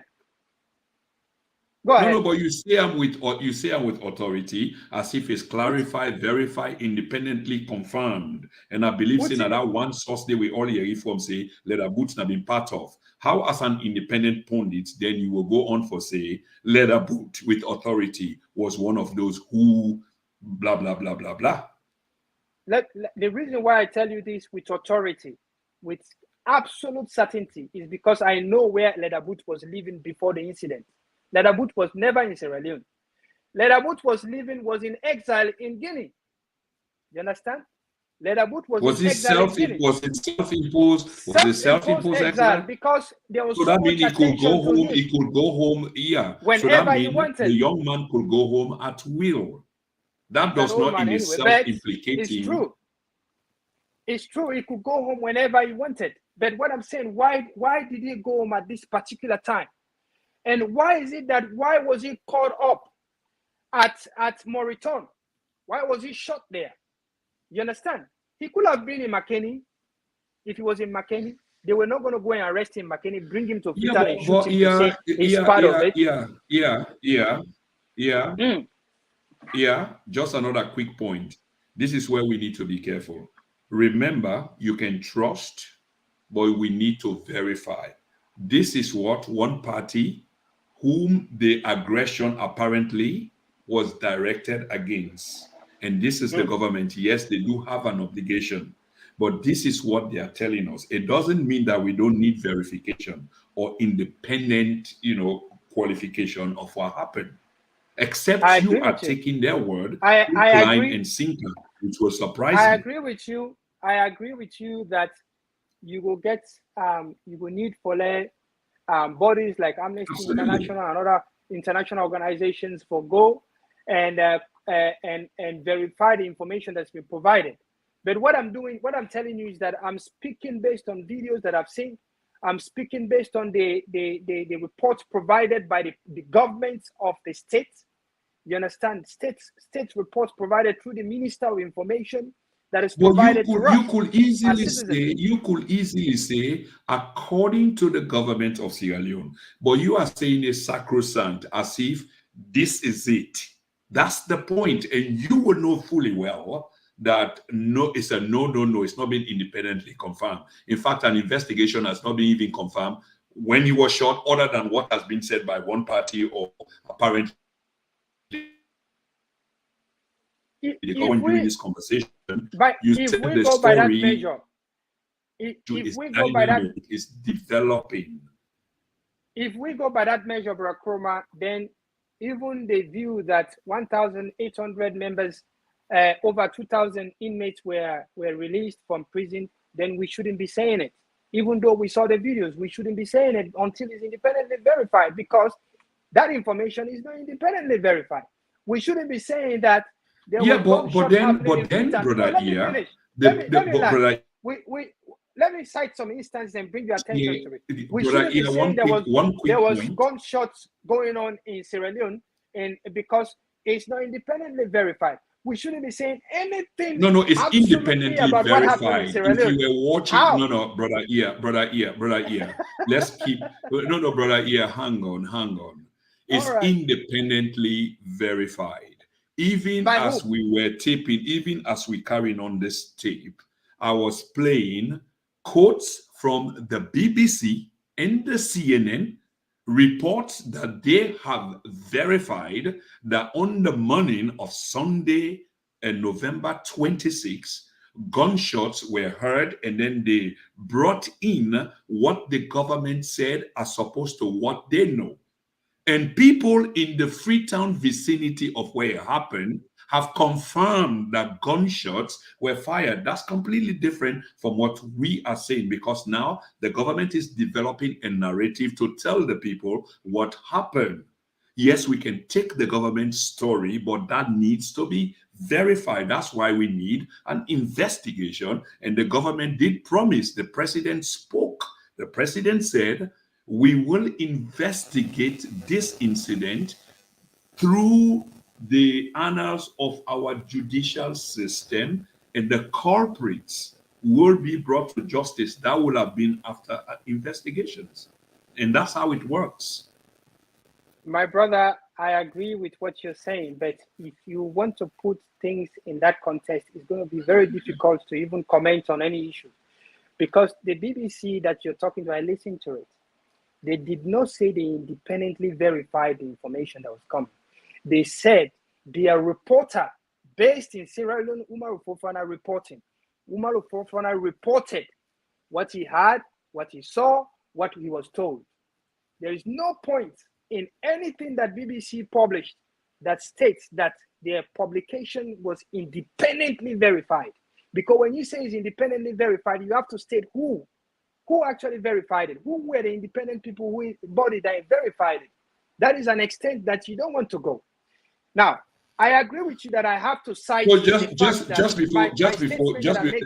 quickly, the people themselves who did not even understood what was happening heard gunshots, sporadic gunshots in the city of Freetown in the early morning hours of Sunday, December 26. These are the citizens, not government, just citizens who were within the vicinity, who heard but did not understood what was going on. Heavy gunfire, and everybody is trying to make something out of it. So we did know that there were exchange of fire or gunfire sporadic in the city of Freetown on Sunday. That's a fact. That's not, an argument. But it's a fact. It's not independently verified. You can't say it's that there were gone. It's not coming. It's not coming. One quick point, before we belabor on this. This is not coming from a particular sect with an interest. That's the point in terms of general people hearing gunfire. This is from the general public. They don't have a say in this or to try to make something out of this. It's what they heard. What they are interested in now is what really happened. And this is what people with interest are trying to shape opinions of others to say, oh, there was a coup plot. Oh, there was people who overpower. These are not the people saying this any longer, but it's people heard and they're asking what happened. It's a difference. But carry on, please. But you see, my brother, even when people say I heard this, they might have their own interest. That's how it works. They might have their own interest. No, I'm just saying, but let's not belabor this. Yeah, absolutely. I am going based on the information released by the government. All right. Yeah. The So in other words, you trust. You're saying that you trust the government, correct? Yes, I do trust the information coming from the state. Yeah, I understood. Carry on, please. So based on information released by the government, Leda Boot was one of those people that attacked Mauritania. And just a quick one here. Yeah, hold your point right there. And I'm sorry, this is my last time barging in. If you look at the screen now, you will see what somebody has said about me. And I'm sure you're reading that. And yeah, and this is laughable. But can you imagine? Carry on, funny. Please. Carry on. I think, brother Bokari, you misunderstood my brother completely. But we are glad you're here. You're able to express your views. But please, let's try to be considerate when we make certain comments. Anyway, back to the point. What I'm trying to say is that based on government information, the state information that's provided through the Minister of Information, SIBA, is that Ledabut was one of those people that was the ringleader of one of the ringleaders of the attempted coup that attacked Mauritania. And from there, he was gunned down and eventually succumbed to his wounds and died. And I understand there is another former personal bodyguard to the president, the former president, and it's by Kuruma, that was also arrested. I also understand there are a few others that were in jail. They were strong members of APC. That you understand that one of his bodyguards were killed. Yeah, you didn't mention that, or you're not aware. The former president. I'm aware that. I am also aware of through the former president's press release that one of his bodyguards was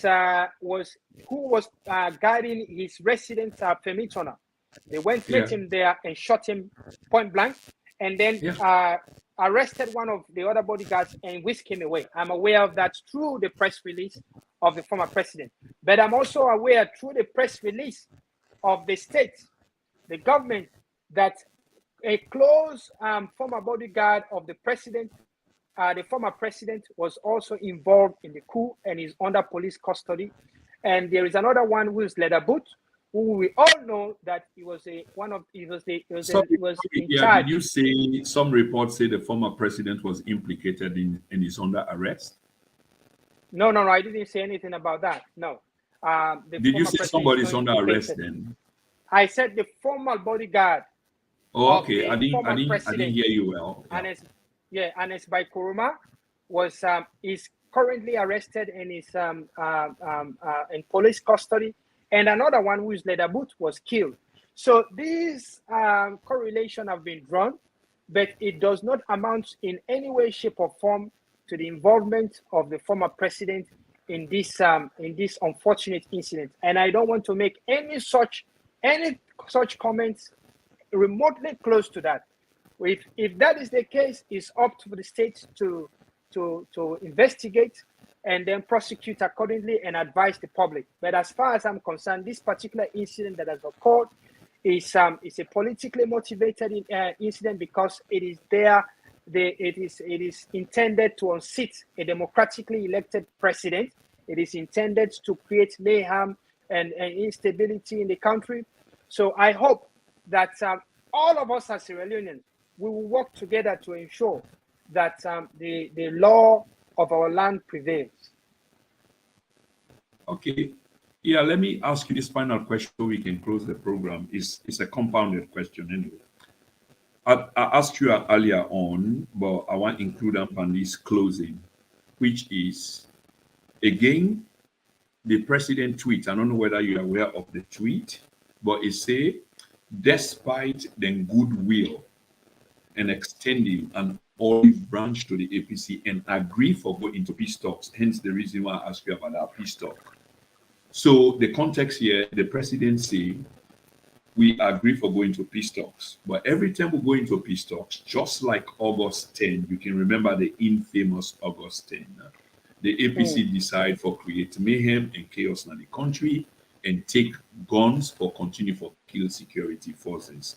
So I ask you this, my dear brother, in terms of the ongoing dialogue, peace dialogue, and the president in tweet in which the All People's Congress Party has been accused directly of having a hand in this, if not to them at the tail of and mastermind the enam, but they've been accused clearly by the number one gentleman of the country. Do you think that the peace process could go forward? And away from that, yeah, what do you think say na the way forward from USA with this so for we country? That's a very intriguing question, Bro Chroma. Let me answer this. So what I'm saying is that in terms of the peace, there should always be room for peace and national cohesion. The president, in primary responsibility, now for keep we all safe. So if dialoguing with APC will bring about peace, then dialogue should continue. And don't forget, the election outcome shows say APC they're still strong in Sierra Leone because they got over 45% of the votes, or 44% of the votes.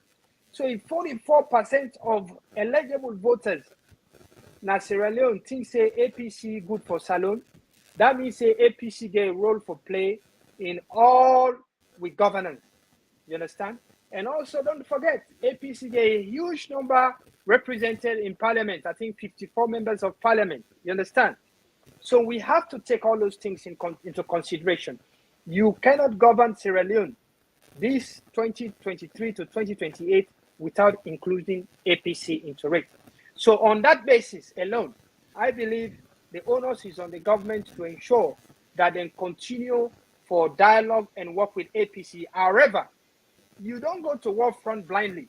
The government should not go into this dialogue naively or ignorantly. The government needs to ensure, say, if you're going into this dialogue, you have a primary responsibility to ensure that the safety and security of Sierra Leone is not compromised, to ensure, to prevent any such thing will don't happen. You understand? This not just few guys that will take up on themselves. They able take over the armory na that place. How they call it na Wilberforce. They able ransack the entire Pademba Road, remove everybody out of there, then go kill people in a cockery. If those guys can do that in one night, in 6 hours, then it raises question number one about the intelligence. You understand it? The intelligence, the Internal Affairs Ministry, the intelligence. Sierra Leone intelligence, Sylvia Blyden has commented on it, that is weak. It's not up to the task. The government needs to look into it. Another thing where government needs to look into, how can these guys take over so quickly? What happened to our military forces? What happened? You understand? There was little or no fighting in Pademba Road. When they take over Pademba Road, there was little or no fighting. You understand? Happened there. The main fighting happened at Wilberforce. Everywhere else, not just free, not just like a wild card they got. Something is not right. You understand? The government need to take responsibility and go back to the drawing board and say, wait, this thing the way it happened, so enough for happen like this. Enough for happen this fast. Enough for everyone. Who don't know, for don't get some hints say this they happen.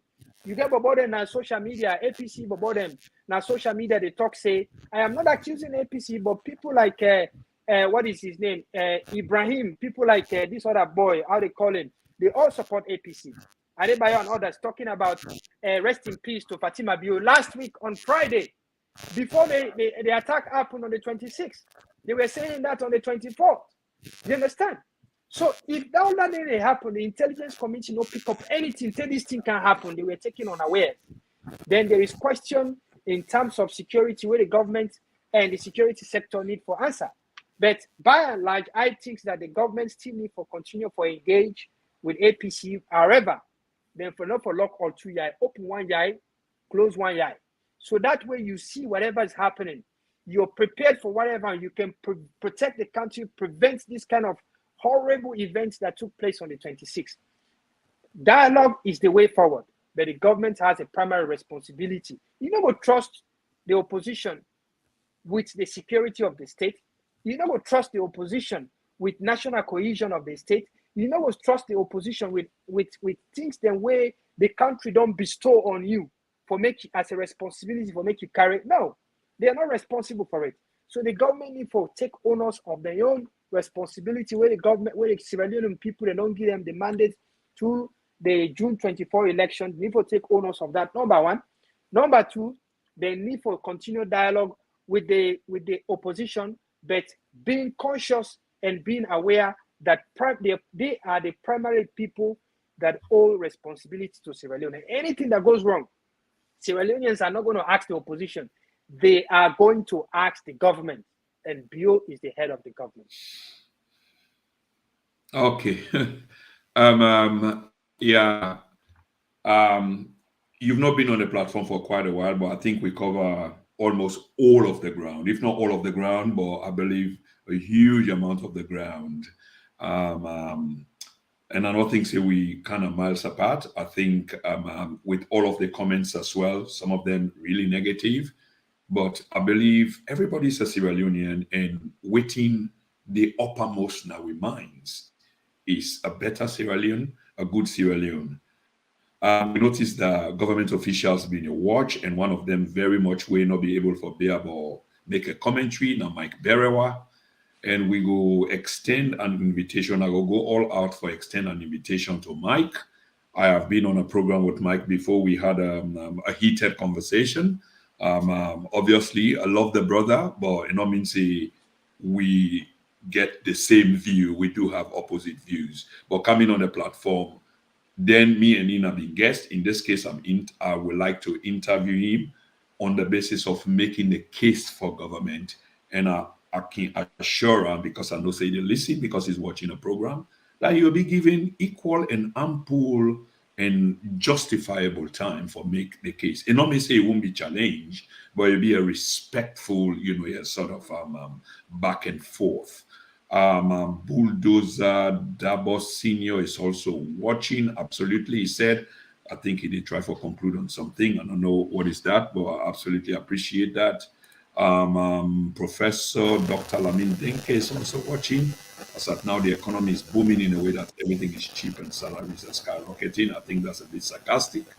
Dean Fadelba, not only APC supporters, the defense say the coup d'etat was stage managed crazy. So we entertain all kind of views now. And I think say another sister Rachel, don't forget part of the comments where you make voice like Prince anytime where the interview person you want for let it go, as long as now against government you want for let it go in your own way. Well, it's just a critical mind, Sister Rachel. No offense. Love your contribution. Many thanks for that. Brother Momo Vandi, you have just put the presenter to an open shame by stating the economic facts in one of his recent audio. He categorically said that the economic hardship is one of the reasons why the coup was staged on Sunday. You see the mischaracterization and misrepresentation, and I will repeat, the barometer, the economic barometer, is not good for the nation. Stop being delusional, Mr. Vanny.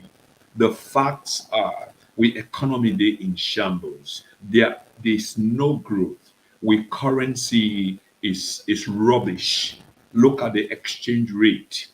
Look at poverty. Look at the rate of inflation. This is economics now and just basic. So please, man, grow up, brother. This is not personal. I've called family down there where they struggle, and that tells on me. So please, come on now. Bulldozer Dabo Senior, do you support the coup? I wonder who Dabo they ask. Is it me, Dabo? The coup. Content maybe somebody else, I suppose. Content more like 4D. What does he say? I expect you to speak to the interest of the people. You need to preach peace within the youth. But the people are angry with the government. Please. Of course the people are angry because of economic problems. Again, that's a fact. Stating the fact does not mean that you hate. You've just been patriotic. Come on. Now, when you go to the extent of not being reasonable, then that's where a problem is. Dean Fadelba, if these people for succeed with all the prisoners freed, SaLone for don't turn graveyard. Possibly. And let me make something clear. I don't think a coup is the answer. Let me address some of Una where they talk, some of these things where it doesn't make sense. Personally, I don't think a coup is the answer. Personally, I think the worst civilian government is better than a military government. Did you hear me? I repeat, the worst civilian government is better than a military government. And I shall say no more on that. Arrest me case. Lamimba, was it a coup or play by Bio make the country unstable? Bulldozer Dabo. Lamimba, it's a shame you ask me such useless question. Dean Fadel about funny APC supporters. This is what I like about the platform. You know, I mean, you enjoy the banter and Sierra Leoneans having to go at each other. Yeah, that's interesting, isn't it? Different views. It's I think it's the beauty of it. You know, we need to have a platform such as this where people are able to express their views, you know, and TNN TV provide just that. You know, everybody's welcome. I saw somebody else bashing you before, and you know, you still accommodated them on the platform that you run. So it's the beauty of it. Let's have that energy to talk about issues, to bring our problems to the fore so that we can all sit down and find solutions and devise a way forward. It's not just government. Everybody has a stake in the affairs of Sierra Leone. Absolutely, sir. You're absolutely right. And the comments then continue. I think I've shown most of them. I mean, we don't, except if the comments are, you know, proper ad hominem, rude towards the guest or the platform, or the, you know, too extreme. But other than that, despite you extreme view about either me, the guest, or the platform, that will still be showed. And waiting we want now people the way they challenge the platform, or me where they stage the platform, me view. And they look for people who are diametrically opposed. I mean, you can't make peace with your friend. It has to be your enemy. And in this case, I mean a proverbial, metaphoric enemy, okay? Because I know we are all brothers and friends despite with differences. So, I mean, I can't continue going on with the comments because there are still many in the show, basically don't end. And this last one, after Ishmael, Kamara, Rachel, and Ruth and Rachel, I kind of believe you, Chroma, and this, come on, man, that's rude. Okay, let me move on. This is not the last one I will show from Sheikh Umar Bundu, and I think my fourth one is, yeah, your analysis is already prejudiced for you to compare Britain, Australia spending and resources to that of Israel. Well, I can't go further because maybe the product meant a different way. Because, mind you, sometimes when we make this comparative analysis, it's not like we are equals. These countries are far advanced, far developed, far mature, far civilized. So maybe it's something that either the brother, and myself, sometimes I can make the comparison they try for allude to, but he's fully aware, I can speak on his behalf on that Australia is a far advanced country. So probably it was a serious point that he was trying to make. Jonathan Goodrich, let's see what Jonathan Goodrich say. Please try to know what is happening in Sierra Leone before you talk. Do your research well. It is not about drama. Sister Memuna Barry, I'm tempted because this sister can call me Sir Prince. Look at that. And I love this. Sister Memuna Barry, I'm tempted because this sister can call me Sir Prince. Look at that. Nolda Raza. This guy is a sister Memuna Barry, I'm tempted because this sister can call me Sir Prince. Nolda Raza. This guy is a sister Memuna Barry. Still stands. Do not listen to dishonest people like him. Hard voices say, I see some new, so I can't stop. Hard voices say, first time I see this, because of course it's a unique name, Hard Voice. She say, thank you, Mr. Presenter, for saying the truth. Anything, anywhere on earth where there's high rate of unemployment, injustice, and nepotism. And I won't go on, but you're spot on. That is what I was speaking to. High rates of unemployment. And I won't go on, but you're relating to that. Social injustice, unemployment, things like that, will always create resentment. It's political science 101. Come on. Yeah. Thank you very much for that. Content more like 40, you need to listen to the cries and the views of the citizens, XXY said. Mano Razak Bio is not a responsible, come on. Okay, I think I will end here for now. Yeah, I want to say thank you very, very much. I really do appreciate you coming in. One question one of you want to ask you, and I will ask you this before we go. I can't leave you on this. Despite all of waiting that happened, so okay, you're not hearing me. Okay, what do I do? Waiting happen now. You hear me? Can you hear me? Yes, me hear you. You hear me? Can you hear me? Yes. But you can you hear me, Bro Chroma? All right, so you can hear me? Yes, I dey hear you, but you dey hear me? Yes? You dey hear me now? Yeah, if you can hear me, I cannot hear you. For Yes. some reason, I can't hear you.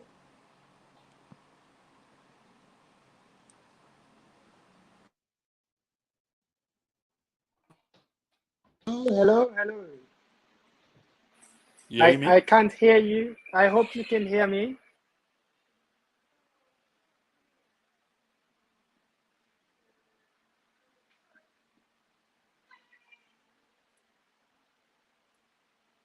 Can you hear You me? dey you dey hear me?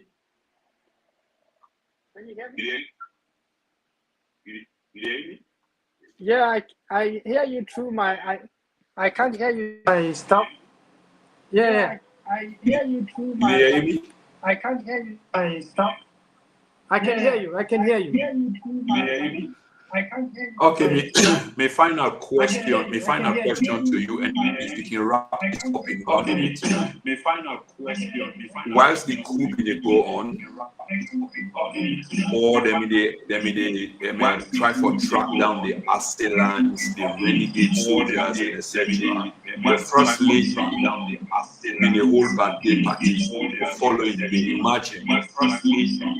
So most people that was insensitive, and I think the same way. But I wonder what your thoughts are on this matter, which is so serious, a coup against the government, against the government, and assailants were being chased on the following day, and she was holding a birthday party. What do you say to that? Yeah.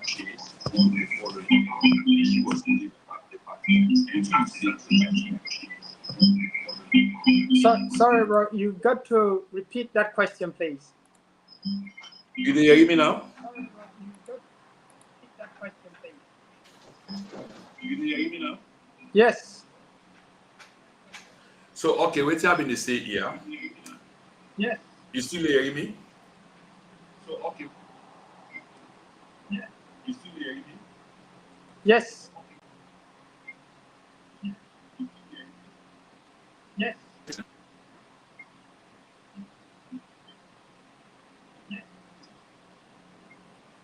Let me log off and log back in. I'll log off.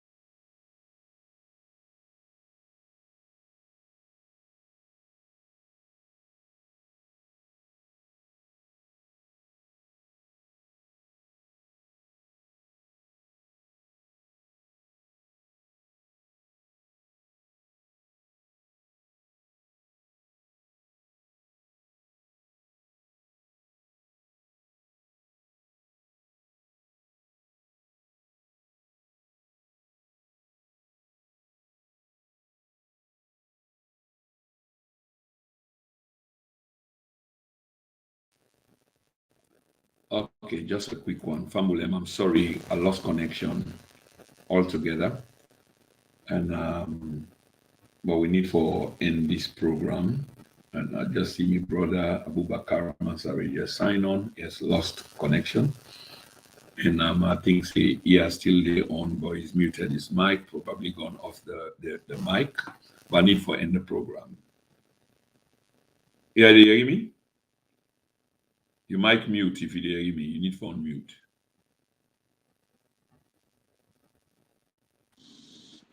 Yes, brother, I'm here.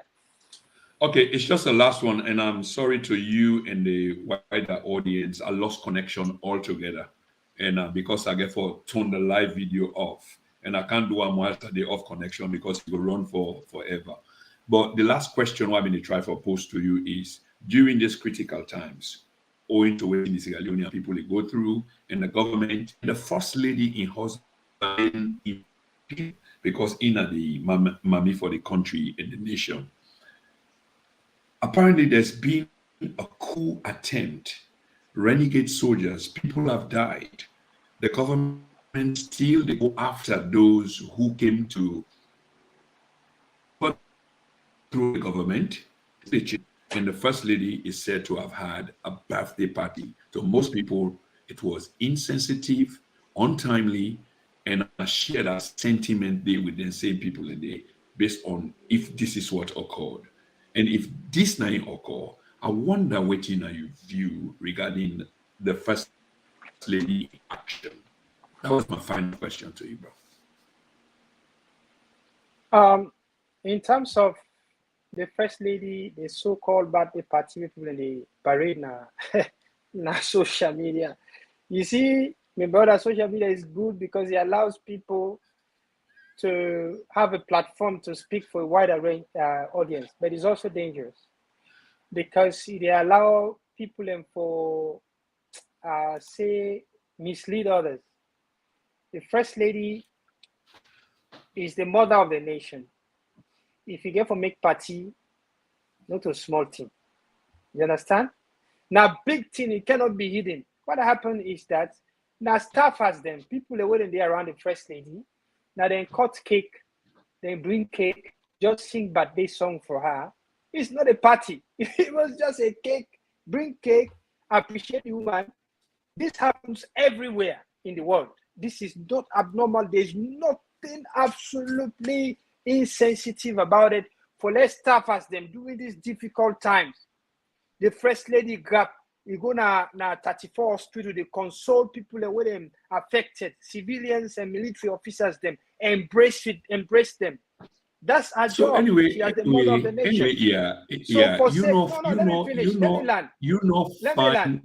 Find that disturbing. You not find that disturbing. You not find that disturbing because they could have. You don't ask the question. No, land or give chance for land because I think so. You've made a case there, but the point here is. Yes, the first lady can celebrate, or people around the first lady can celebrate. But this was a sober moment.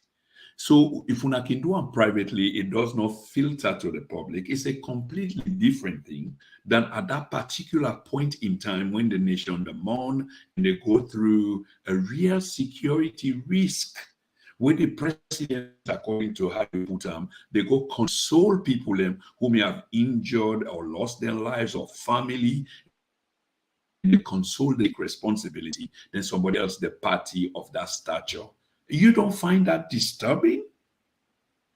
The question is, was it a party? Was it a party?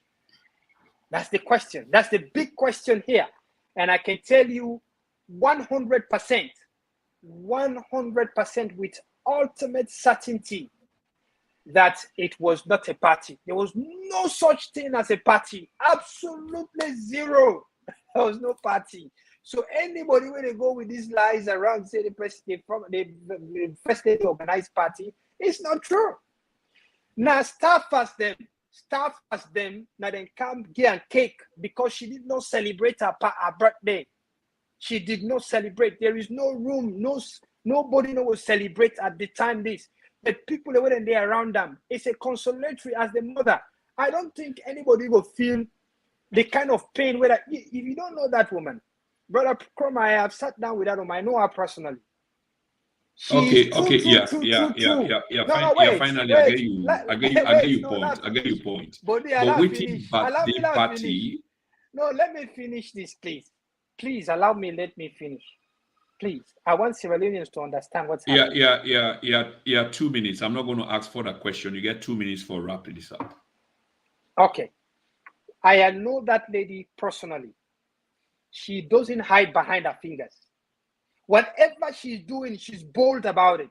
And anybody who know First Lady will agree with this.